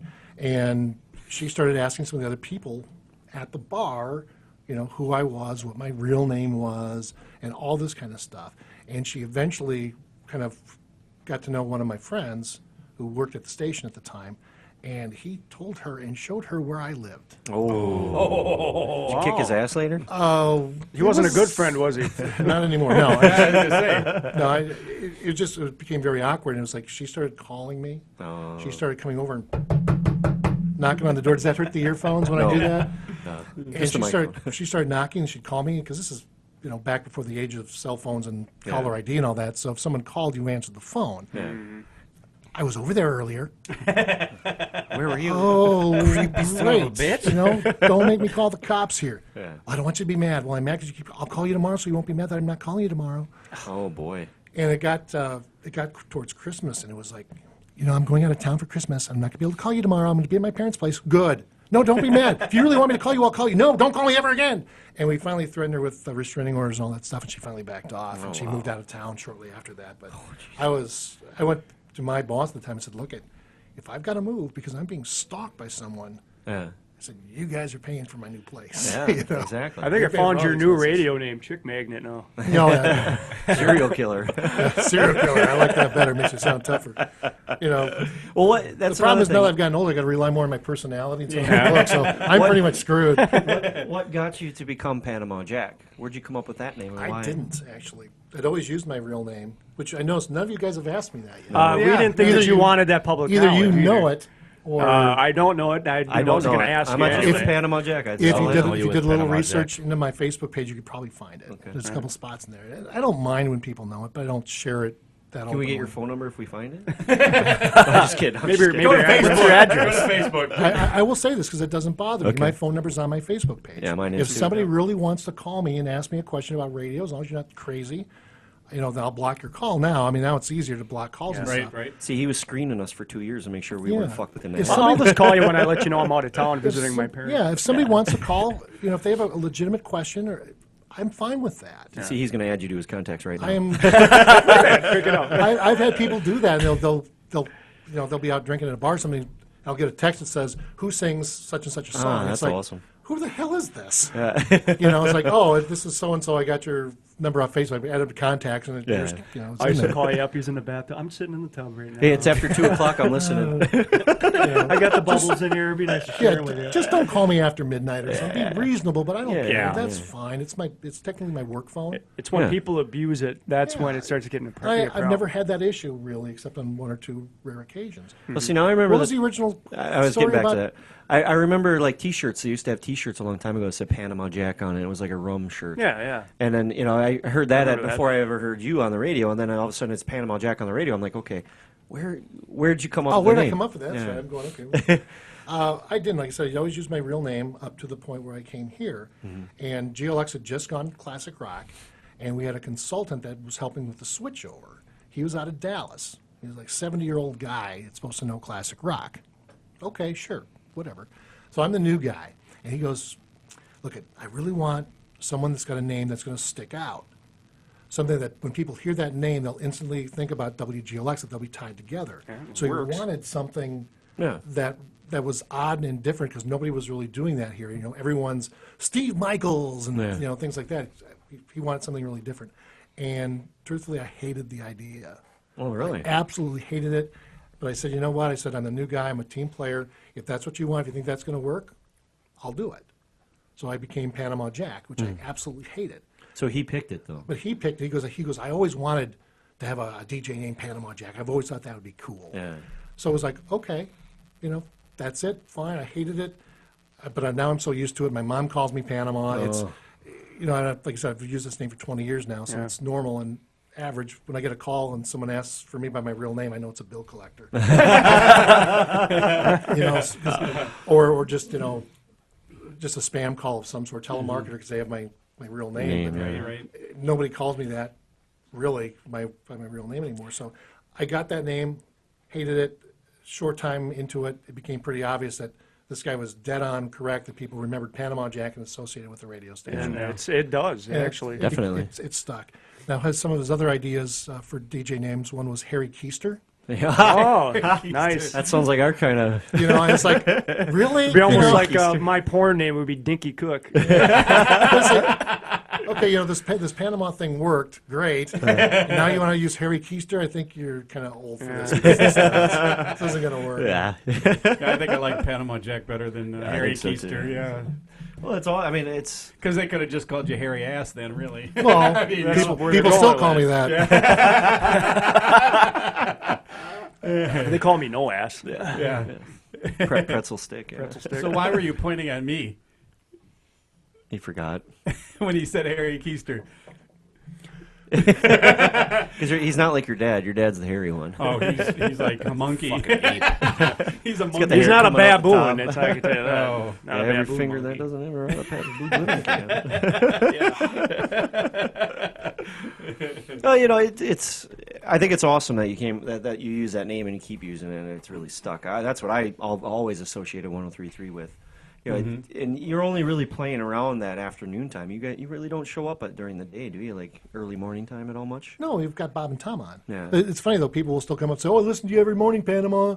It's like right. No, you don't. But that's okay. You don't pay that close of attention when you're listening. But that happens. But they know me from the radio station, regardless, and that's what it was all about. And I guess it's a nice thing. There are times when you don't realize people know who you are when you're just out in public. Sometimes, when you're buying, at the grocery store or at the pharmacy buying some odd things, and people know who you are. They look at you and they go, oh, so that's your real name, Penny. You got to show ID to get that prescription. Well, you do have a pretty recognizable voice, too. Yeah. People say that, and I don't hear that. Yeah. But I guess it's my voice, so It's like when they hear themselves, too. It's like, I think that's- I sound say like something that? in your radio voice. This is my radio voice. So I talk. Well, you get those people that they lower their voice. Or you can talk like this. Hey, everybody, come on, stop down. And, I've never done that. Yeah. Although it's kind of fun to do sometimes. Playing the stacks of wax, the platters that matter. Sweet 16 on the downside of 7 o'clock. That's awesome. But no, I've never done that. That just sounds. Just so much energy when they do that. Though, yeah. too. It's just like it gets you going. Yeah. People will say something in your radio voice. They say, Hi. Hi. How's it going? No. I mean, like you do on the radio. Okay. Classic Rock 103.3 WGLX. That's it. That's a radio voice. You nailed it. Well, it's a great imitation. I don't want to regress too far with this question, but when you were young, is it like an inspiration to become a radio figure, or was it just fell into it? How did you get into it? What would be your just guess? fell into All it. right, let's What do would that. be Let's your do that. guess? All right, so how do you think you got into it? He wanted to be a doctor at one time, and the only way you can cut up people being a serial killer. Yeah, the serial killer. Through the airwaves. His only cover. Yeah. Mild-mannered radio DJ becomes serial killer. He had Geen of Central Wisconsin. I don't know. I think he probably just fell into it. Been in the right place at the right time. Yeah, I would think. I think it was a college thing. I think he went in for like communication, and next thing you know, he's on the show, could and then be bam, everything hit. That's what I was thinking. Yeah. Yeah. Wrong. All right. Doctor, pretty close. No, I never wanted damn to be a it. doctor. Okay. I actually didn't know what the hell I wanted to do. It was always in the back of my mind as a kid. I was one of those kids that grew up and I knew every song on the radio, every word to every song. It was just always there, but I never thought about it as a career. Yeah. And I went to college and Well, what happened in college stays in college. You know. That's why you have a hippie room downstairs. I do. You went to college for gynecology, right? No, actually, Still on that doctor thing. well, in a way, I went. The first time I went to college was for psychology. Ah. Yeah, that's far You know, from radio. Once It's I closer to realized, serial killer. once I realized what was wrong with me, then I kind of stopped because I didn't want to learn anything more. Yeah. No. God, I'm fucked up in that. Yeah, here you go. The only ones that stay psychologists are the ones that they think they don't have problems. I knew going in. No, I initially worked at a Wendy's in high school and the start of college. Flip burgers. Flip burgers. I think everybody started. God love that place. You know, still do. Still have some friends from there that I've reconnected with. I mean, not like I kept in touch with them for all these years. Thanks to Facebook and stuff. Yeah. That's a whole other story, too. Then I managed a movie theater for a while. And I was going to college for psychology, and I really enjoyed it. And all I was taking were the psych classes. You know, the general ed crap I just couldn't get myself through. Right. It just bored me to tears. You know, I didn't want to do it. And I kind of got to a point where, okay, either I've got to go finish that up so I can start working on the advanced classes. And I paused and I thought to myself, I said, okay, if I get a psych degree, what the hell am I going to do with it? I don't want to be a psychiatrist. I don't want to teach. I don't want to do any of this stuff. It's like, I don't know what the hell I want to do. Mm-hmm. At the time, there was an opportunity to move with the theater chain I was in. They wanted to ship me out somewhere. I said, timing's right, let's go. You know, so I bounced around with the movie theater chain for a couple of years. And I actually got transferred back to where I first started, which is back in Mankato, Minnesota, going to what's now Minnesota State. And I got back there, and it's like, I've gone full circle. Now what do I do? And again, I'm drawing this thing out way too long. So I quit the theater chain and went back to school for a year for math. Oh, really? And I had tremendous grades because I'm very good at it. And I got through a year of math, and it's like, you know what? What the hell am I going to do with a math degree? I don't want to do this. Don't want to teach. I don't want to teach. I just, you know, and it's like, and I was 27-ish at the time, and I finally, for the first time in my life, you know, because for me it was always work hard, get ahead, and all this kind of stuff, and I always gotten promoted through the ranks of any place I worked at, whether it be Wendy's or the movie theater. And I just finally took a step back and said, where am I going? You know, I'm going to college for stuff I don't want to do. It's stuff that I'm good at. Psychology interested me. Math I was good at. So so I've tried both, and neither one was going to be me. It's like, well, what do I really want to do? And I said, well, radio had always been in the back of my mind. I didn't do it in college when I was going, because that wasn't a career. I had to, you know, forge ahead for, you know, serious stuff. But I took a pause, and I just looked at my life, and I said, well, I've got to figure this out. And I said, radio's always been in the back of my mind, so I said, okay, that's what I want to do. So I went to Brown Institute. It's now Sanford Brown College or something now. I don't know. They've diversed in a million different degree programs there now. But it was basically just a radio trade school in Minneapolis. Just for regular communication. Yeah, they did. They added in some electronics at the time when I was there. This was '88, and I said, "This is what I want to do." And I went and took out huge college loans. You know, I already had plenty of them, Yeah. and then I'd take out. This was like far more expensive than, you know, regular college, and it was a huge. It's like, this is what I want to do. I'm going to have to do this. You know, I got to take a shot at what I want to do for a living, and it's always been there. So I went there. I only went to the 9-month program. They had longer ones, but I had so much college stuff that I didn't need all the basic classes. Yeah. So I got to get through in about 9 months. And before I was even done there, before I graduated, about 2 months prior to my graduation, I had my demo tapes done and everything else. I landed the job in Eau Claire. Oh, And that excused me for the last 2 months of college. Still had to pay the tuition and Yeah, fill them out. yeah, But, you know, but I landed the job, and it was like really cool. And when I went for that interview, I was told by, the guy's name was Mike Cronforce, who was the placement director at Brown. He said, you know, pretty big station, you're probably not going to get it, but it'll be good experience for you to go through this interview process. It was actually for a sports job, to be their sports guy. And, you know, he goes, I'll try to set up an interview for you. We'll see what happens. So I went out that night, left school, went over to some friend's house and got pretty drunk. And I get back home late at that night, and there's a message on my answering machine. Remember answering machines? I remember answering Okay. machines, fax machines. There you go. I remember those, yeah. There's a message that says, hey, call George House at 8 o'clock tomorrow morning. We got this interview set up. It's like, oh, shit. Oh, God, you know. Well, I'm going to bed now. So I literally called the guy at 8 o'clock the next morning. Connie answered the phone. Yeah. And I was told how to handle Connie so I could talk to George. Just say he's expecting your call and she'll put you through. Otherwise, she won't because he's on the air. So I did all that, and he goes, okay, we heard a little bit of your tape. Why don't you come for an interview? I said, okay, great, I'd love to. When? What time can you be here? So he wanted you right away. And I was like, come in. oh my God. Dude, I'm I still said, drunk. well, I'm in Minneapolis, you're in Eau Claire, so that's at least 2 hours. Yeah. I got to run by the school to get my resume and my full tape from them. So I said, it's going to take me a few hours, but I can probably be there 11:30. Mm-hmm. See you then. No shit. So I literally, like, oh my God, I hope I got something I can put on, dress, polish the shoes real quick, zipped to the college, picked up my stuff, drove to Eau Claire. And I get there, and they take me down into the basement into a room just like this. That's where their big conference meeting room was. And they hadn't heard my tape. They heard just a little bit, and I got a good reference from the guy at Brown. So we're sitting there, and I've got the 2 program directors. I got like the 2 sales managers there, and they're all sitting there, and I'm on the other side of the table just nervous as hell. And they'd pop my tape in and start listening to it. And they'd hear a little bit, and they'd stop, and they'd kind of look at each other. They'd all get up and walk out of the room to discuss. No kidding. And I'm bet you that- sweating bullets. Oh my God, this is the worst thing I'd ever dealt with. And they'd all come back in. They'd all sit down. They'd hit the play button again. They'd listen for a little bit. Stop. Get up and go. Get up and No go. shit. And I'm like, oh my Lord, what are you doing to me? Yeah, they're killing you. Suspenseful, They're huh? killing you. Oh, and they sit down. They go, so why did you choose to do it that way? It's like, well, I did it. Oh, okay. Was there Get like up and they walk out. was there like a certain format you had to do for like your demo tape? Brown had a standard demo where you do a couple, like DJ intros. You did a commercial, a PSA type thing. You did a weather forecast or a short newscast. Then you probably ended up doing, depending on what it was, probably a little bit of sports, okay. a little bit of whatever, just so you'd have a So well-rounded everything, one. a well-rounded tape that's had to be like under 5 minutes long, and normally they don't listen to more than about 10 seconds before you make up Yeah. your mind. Well, obviously, after the 3 or 4 times you stopped. Yeah, and I'm going, okay, the longer this goes, probably the better for me. Yeah, That's what yeah. I'm thinking.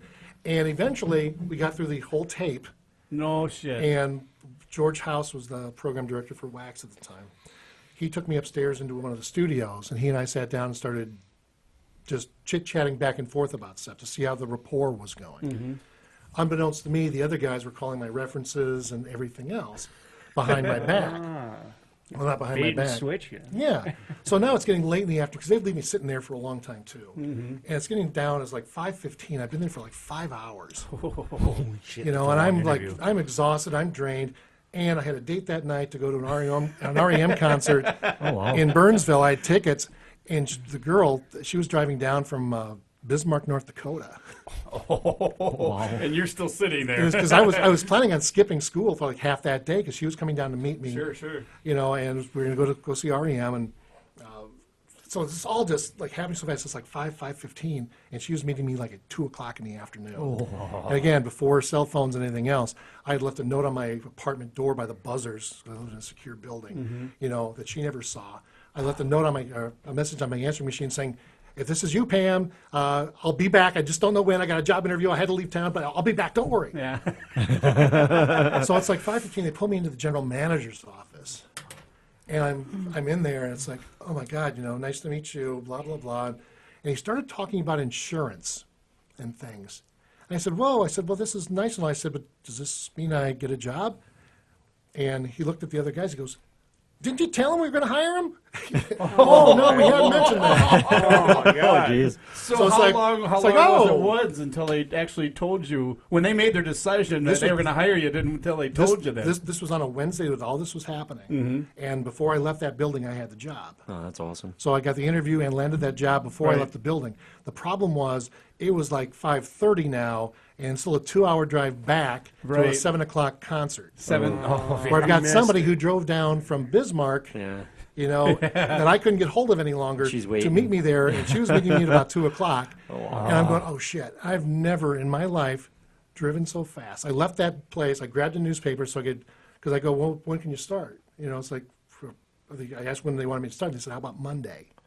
So Wednesday. Okay. Yeah, so I had 5 days, and lo and behold, I did it. But I got back in my car, and I drove probably faster than I've ever driven, 'cause I'm not a fast driver. And I got back, and Pam was still there. She was waiting for me.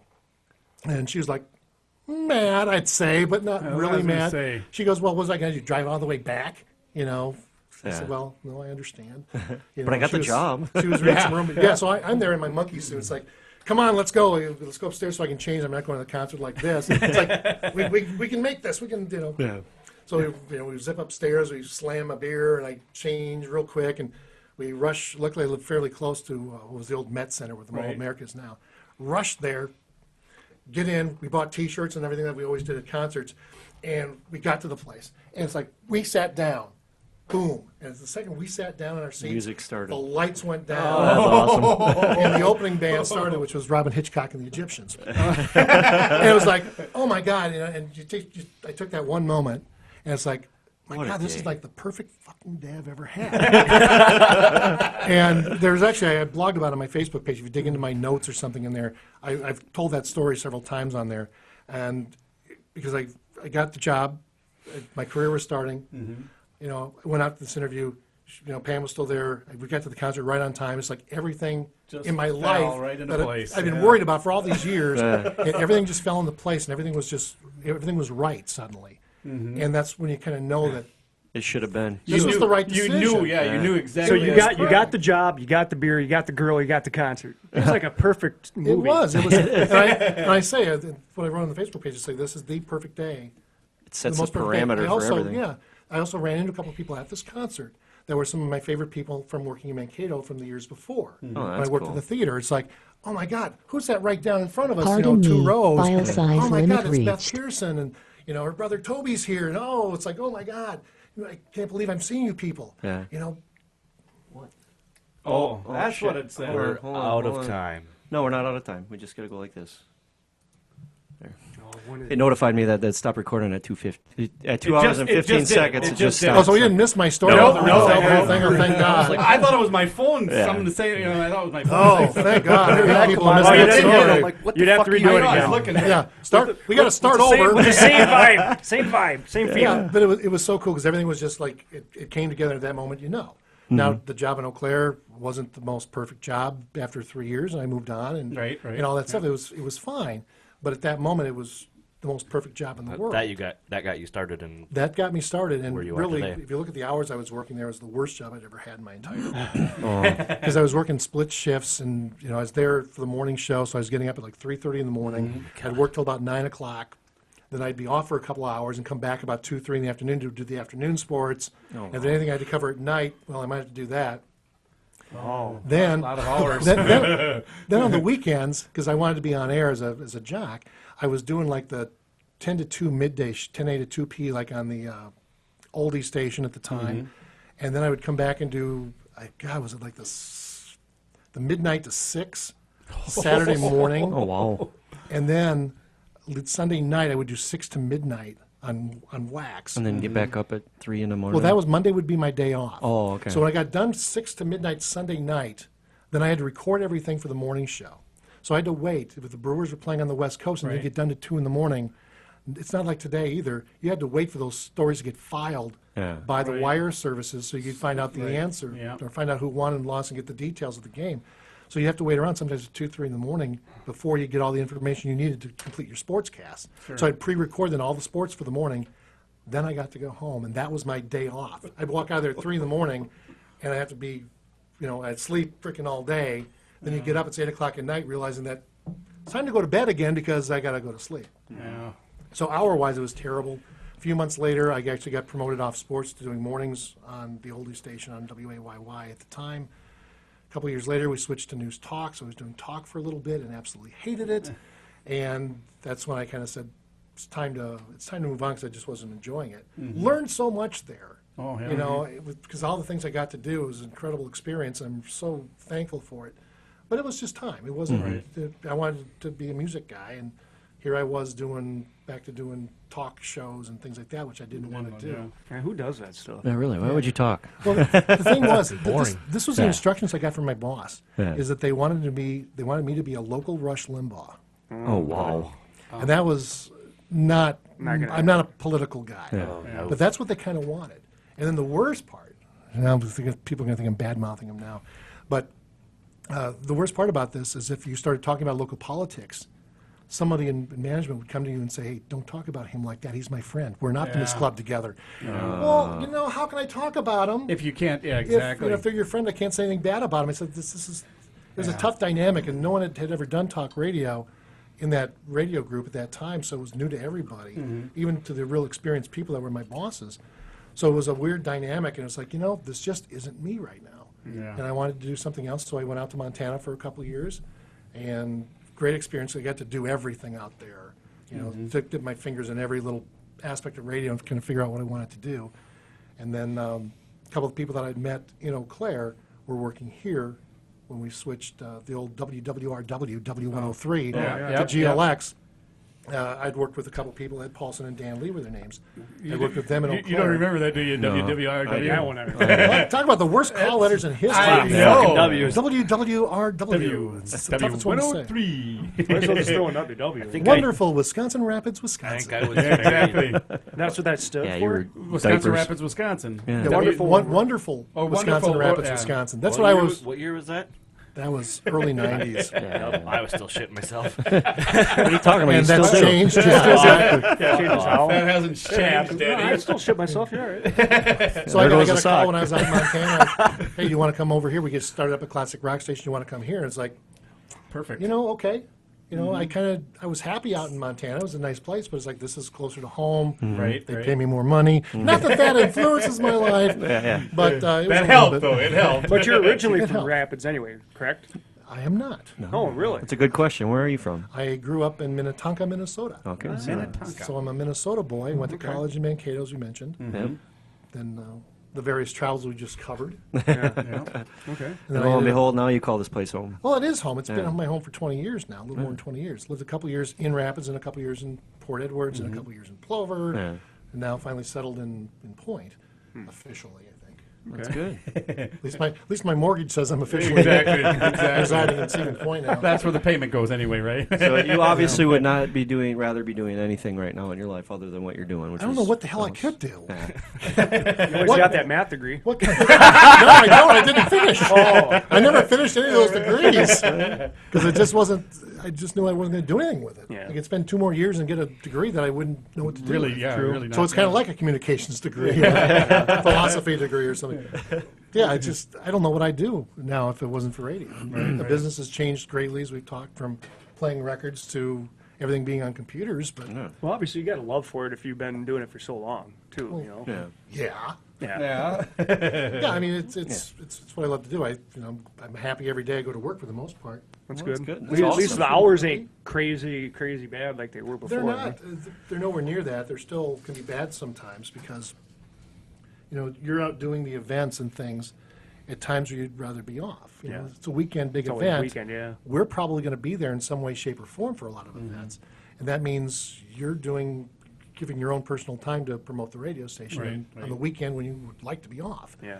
So yeah, the demand's gonna be kind of tough, and then you're working the event. You're not just going out and having beers, going. "Arr." Yeah. I mean, sometimes we do, but Yeah. if it's But at if least it's you're your- getting paid for it, though, to do it. Not always. Yeah. I mean, No. seriously, if it's a station event and it's not a sponsored event by a client, it's generally On your Oh, own is time. that it's right? part of your Your job. dime, huh? Oh. Yeah. okay. So when we were doing the It's not like you're the paid Rock by the the hour. Breweries or any of these other festivals that you go to, whether it be Rock Fest, Rock USA, or whatever, even those kind of events, we're going out there on our own time. We're not getting Oh. paid for that. Yeah.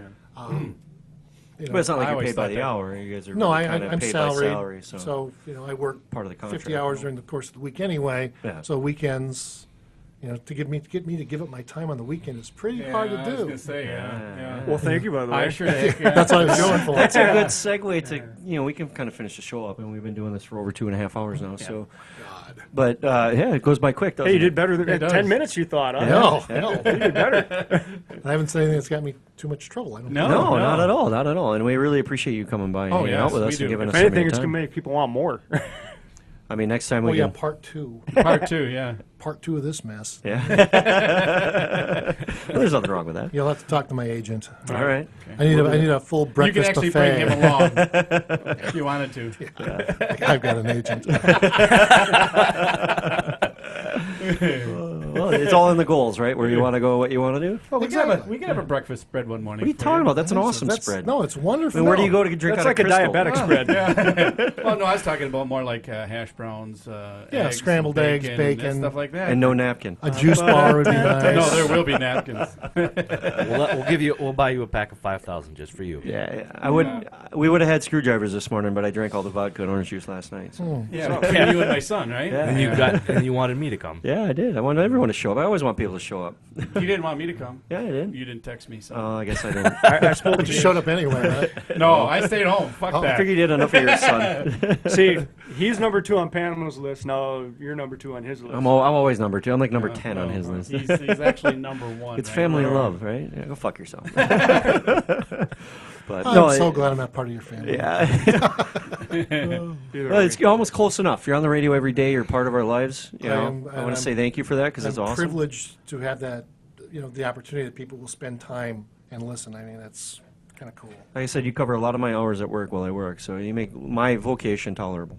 And that's what, I mean, seriously, that's what makes it kind of worth it, though. Yeah. I mean, that's what you try to do. You hope that people enjoy it and, Well, and if you didn't enjoy it, you wouldn't be doing it, Yeah, I mean, you I know? sit in a little room, a lot smaller than this every day for hours. You don't always get that feedback and that confirmation or Mm-hmm. whatever of that people do listen and like it and enjoy it. So anytime I get that, it's always really, really kind of cool. Yeah, we feel the same way, especially when people bring up the podcast and stuff. It's like, oh, you listen. Oh, you're the one. Yeah. Sweet. Just the one. Just the one. Yeah, it's the one time it happened. Just the one, yeah. No, just the one listener. No, just the Oh, one. yeah, Yeah, that's what I meant. Just the one listener. See, that's why I could come here and tell some of these stories because I know no one's going to hear it. I'm thinking 10 a.m. on a See, Sunday is not the best that's how we time have slot. to sell ourselves. Like, hey, nobody's going to hear this. You can say Just whatever you one want. listener. Just one listener we have. Yeah. We're all over the place when it comes to that type of stuff. We've no been, big deal. We've been heard in Egypt. Many We've places. been in every continent so Yep. far. We've been hurting. Which Well, is it's funny, though, because this is harder to do than to be on the air. is it? Yeah, because on the air there's nobody listening. It's just you in the room. Yeah. I can deal with that. Dealing, With- I've been on the stage at Rockfest. You're in front of 50, 60,000 people. That's not a problem because those people aren't real. Yeah. You're Yeah, not seeing them and, right. talking to them. So when you see them face to face and you're reacting, that's a lot more nerve-wracking. Yeah. The worst thing that I've ever done is to go to like an 8th grade class to do a career day because all these people are staring at you and you have to And you're the main address everyone. attention. Yeah. Yeah. I'm not used to that. I'm used to saying what I want, and when I'm done talking, I can stop. Yeah. You know, and hit the button and play a record. But there, it's like, how much do you make? Didn't your teacher tell you that's the one question not to ask? Well, yeah, but I want to know. It's like, What's your favorite Pokemon character? Well, don't ever ask him what's your favorite South Park episode. Centipede, right? Human centipede? no. I don't even know what my favorite one of that. Yeah. I like the one with the cat urine where they snip the cat urine. It's like the whole heavy metal thing. Oh yeah. Going over the They get land of high on the boobs, urine. yeah. Asperger's. It's like licking a frog. Or, Yeah. That's one episode I want you to see. I You'd like do. I that. want to see it. Oh, You know what? I might have to frog pick that licking up. one? If I can get away from that '70s show, because I just started watching that again. I like It's not watching like they're every making 2 years. more episodes of that. I think you got time. Yeah, very true. Very true. Yeah, they only lasted for 7 years. That's it. They did a stint with the 80s show. That didn't last too good. They did that after 80s the show? They did that after the Four second season, I think. 4 episodes. Yeah. That 80s. 4 episodes. Nobody wants to gone. remember the '80s. Oh. Actually, I like the 80s. No, put it this No way. problems with the A 80s. lot of people like the don't 80s. remember the 80s. Yeah, you were squirted out in the 80s. It's all the bored. coke. Just at the end of it. I almost missed the 80s. Just Just a tip. But you always know an individual when they were in like say 14 to 18 years old in the 80s. Because one nostril's bigger than the other. Wow, you really. That's true. That's deep thoughts, hey, Jack Handy. Yeah, they're Herb's Mind Jack. Where did that come from? But you talk about the 80s not remembering. It's all the coke. Nobody wants to remember it. Oh, that's why I wasn't okay. But no, I don't have odd I just have a big nose, but I think it's symmetrical. I grew up in the 90s. Hey, all right? Scarface, your order's in. Well, that being said. Well, Panama, thanks again for joining us. Yes, Really, thank really you. No, very thanks much. for having me. I appreciate Hey, it. you're more than welcome to come back anytime. Don't count You know. on it. No. That's what we want to hear. We can change this with vodka next time if that's a Yeah, well, next time, deal we'll, maker. what we need to do is like at a happy hour time. Oh, You we want to will. hit somewhere else? We can meet you somewhere. We got You a know- portable recorder. We can do that too. What we do is we do like right after I get off work, like on a Okay. Friday, Ah. so we can sit and drink beer through it, and then you'll really get some stories. Like, Okay. No, I don't. We'll have to do We'll a plan Friday that. night. We'll do We'll a plan Friday that. night one. Yeah, we'll plan that. It's a Those day, always are- Panama. What Friday time? night, What time Friday. works best? They said right after work. Which is specifically time. I On mean, Friday. a Friday, like 10:30, 9:30, 6:30, 5:30. 5:30. All right. Might be hard for Red Hots. He usually works. Oh wait. Oh no, he's not working. Do you want to tell that story? He's free. All right. Well, we got a social story. What happened this week for you, Red You were Hots? eating carrots. Yes. He fell out of a I dog. should let him tell the story. Fucking fall off anything. He got forked. He got forked from his job, is what he did. I did. All right. Normally in the beginning of the show we ask how was your week, but we have a guest, so we want to talk about them. But how was your week, Red Hots? We'll finish the show with your story. Yeah, ended on a great note. Yeah. That I got So you're shit canned jobless, from right? my job. Yeah. You were on Yeah. probation. Why? Snorting coke. Oh. I'm not telling that one. No. Well, but I was on. Fuck you. I didn't hear it. It was. You have to listen to it. Okay, go caught ahead. that Go bitch. ahead. Go ahead. We won't interrupt. Tell us I your was story. on probation for policy violation already. And Doing then- what though? What were you doing? Or you Driving a should tell them where forklift? you actually. Well, we probably shouldn't tell where you work. Why not? I You don't work worked there in no a more. warehouse. Our- I drove a forklift. Okay. I had a policy violation. I was on probation, so I wasn't allowed to have any more kind of violation at all. Which would be like an error. You hitting couldn't break something. wind For the without year. them knowing about it. Wasn't it like for the year? Two. You had a, 2 years? Oh, you were on 2 years. 2 years. Well, probation. Ooh, that's a long time. It wasn't good. But unloading a truck, the truck slid out on the ice, and So you had a truck backed up to the window where to the dock door. The I dock was door. unloading. I had one thing left to grab off the truck. I drove into the truck, 2 front tires in the truck, 2 back tires still on the dock plate. Well, the truck slid out enough where the dock plate fell from the truck, so there was no. So the trucks that were holding the wheels didn't there hold the truck, wasn't and fucking even any. so there. basically the semi moved forward. That's the reason I got shit canned is because there wasn't wheel chuck. Because the driver didn't put wheel trucks there.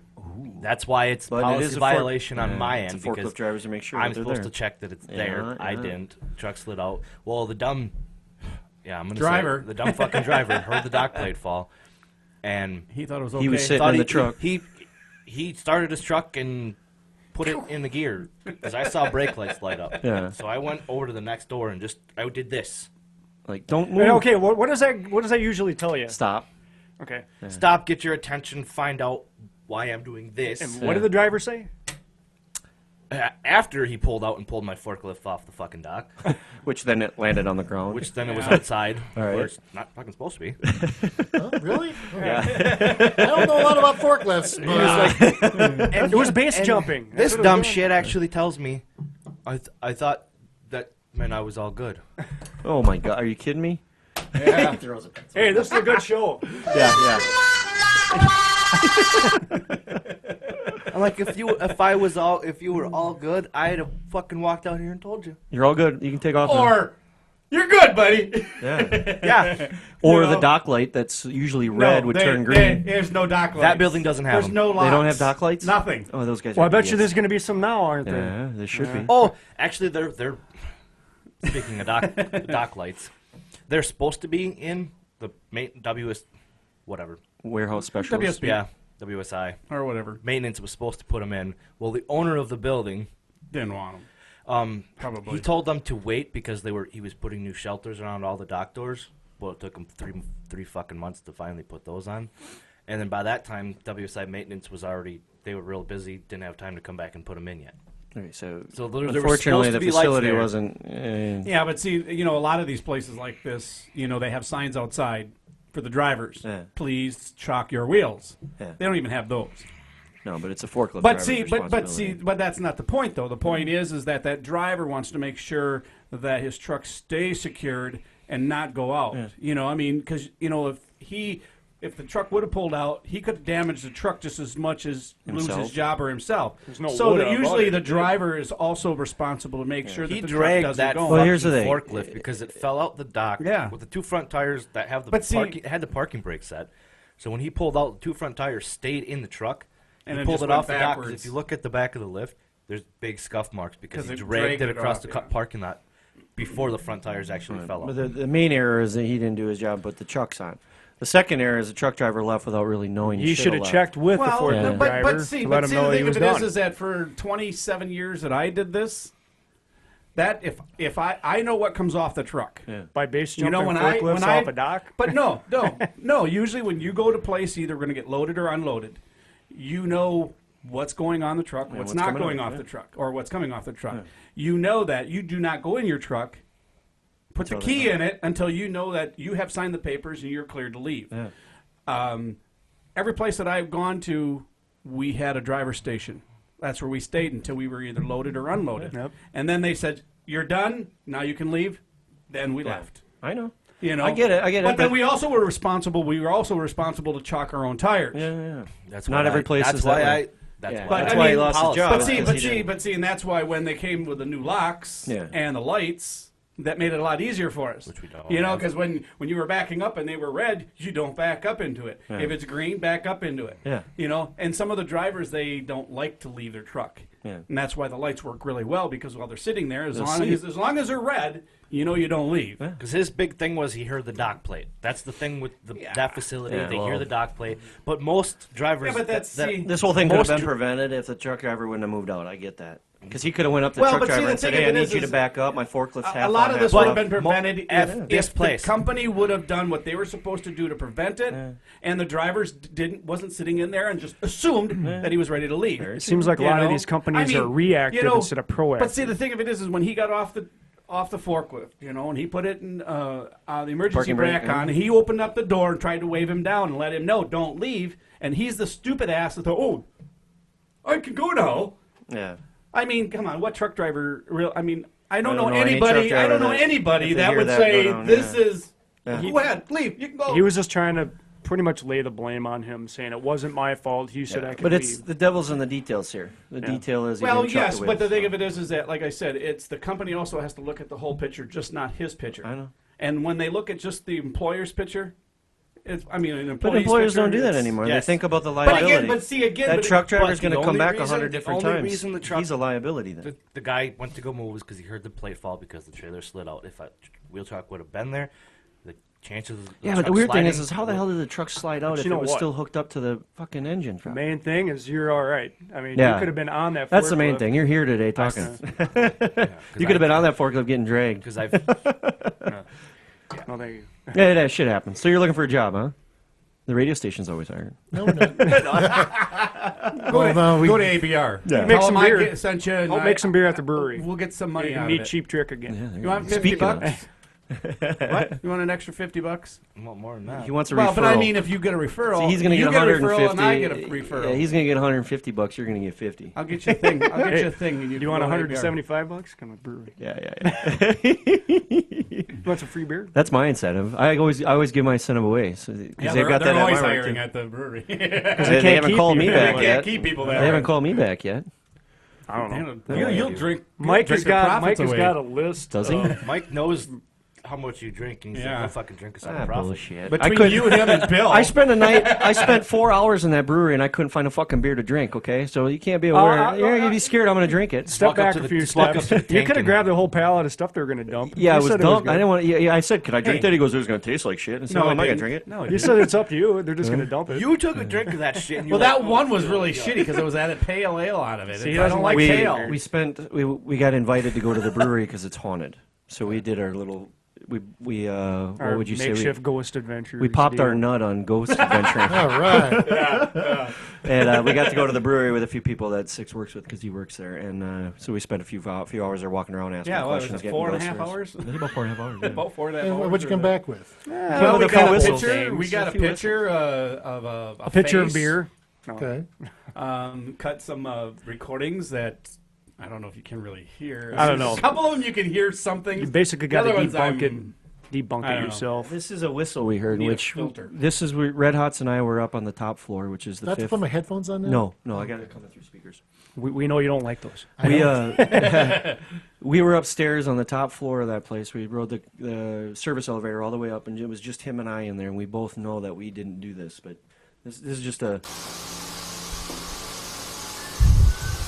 You hear that? Yeah, So we were upstairs all by ourselves. That's what we picked up on. And the really, both- no. Yeah. Because when we were up there, we heard it and we both turned around because we heard it. Yeah. behind us. From which And they were 2 direction. floors below us, and they heard the same thing, and we've got that as well. So, you know, it's just weird things, coincidental things. Just I kind got of really make cold, stuff make like what that. you think of it. Yeah. I mean, we're not thinking it's ghosts, but it's stuff that we can't really explain. Can't explain it. Yeah. I'm still a skeptic, so it is what it is. Yeah, I need Unless I get levitated off the ground and tossed into a corner, I then literally okay. need a You really don't want that. No, I don't. come out in front of me. But speaking of, we may have another new ghost adventure thing going on. ICE has brought up a topic. We are going to try to get in contact with the First Ward in Rapids. First Ward House. Yep, and see if we can spend the night there. Just the But four there's of a us. lot of deaths there, though. And the Whisper group might join us, and if we can get that all to work, we're going to spend the night there. Panama. That's awesome. So, but yeah, that's one of the little things that we got out of that. But yeah, we do a lot of weird shit, just different stuff, just fun stuff. So, really appreciate you coming on the show. I mean, it's a pleasure. I've been waiting for this for 2 years, just for the conversation about radio.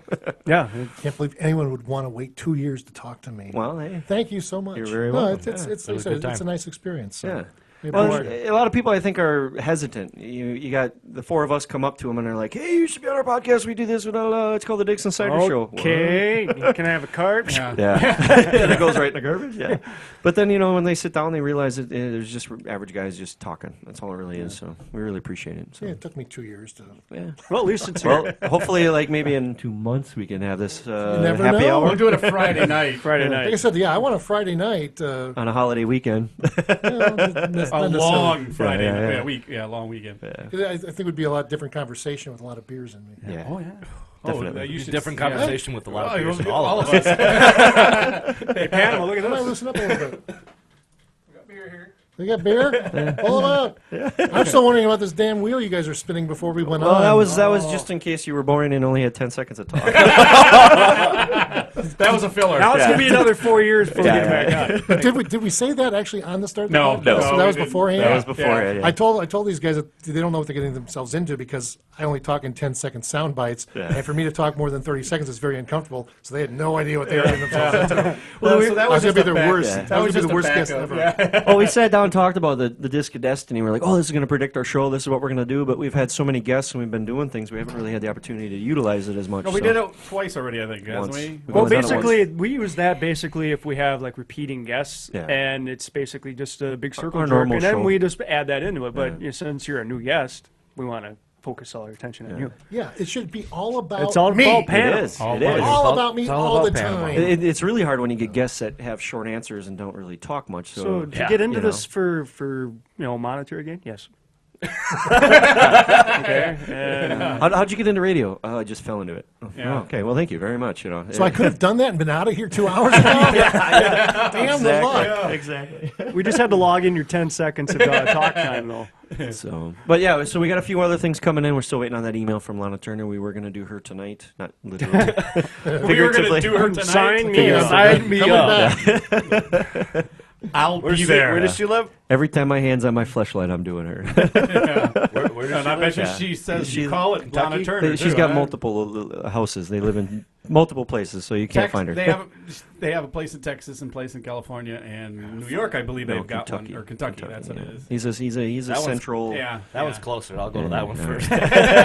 But Ralphie May is more But of a he's- southerner. he's southern from boy. Just because you're jobless doesn't mean you need that type of rapport. But you know, he's someone from getting Texas, a. though. Ralphie's No, I'm not from going to be that Texas, crazy though. stalker. No, is he? I thought he was from Arkansas. Ostentatious. No, I think he was from. Yeah. He's a Texas boy. I think Is he he? said he was. Austin, All Texas. this stuff we talk about him, we don't know really where he's from. Guess I we're gonna have think to he's get him from on Texas. the I think he's from He's Texas. from his mother. Yeah, he's So. from his mother. Yeah, came from the womb. It didn't yeah. run down his leg. I mean, her leg. Or his leg. His daddy's leg. His daddy's leg. Well, her mama's leg, too. On that Or whoever note, may have been in the room. I think on that note, we're pulling out. Okay. Yeah, DixonCiderShow.com. Make sure you listen to the show every week. Wednesdays is usually the post. So. follow us on Facebook. Yep. Like us. Twitter. Follow And us if on you're in Twitter. Central Wisconsin radio area, listen listen to to 103.3 WGLX, damn it. WGLX, Panama Jack. Just Right? don't wait until the morning. You're not going to hear him. And friend me on Facebook. All right. Follow me on Twitter, except I never check my Do you have a Twitter website that you like to go to or have people come WGLX. to? No? Just WGLX.com. Okay. Perfect. Just don't bug me after midnight.com. Or stalk me. Or stalk me. All right, we're pulling out.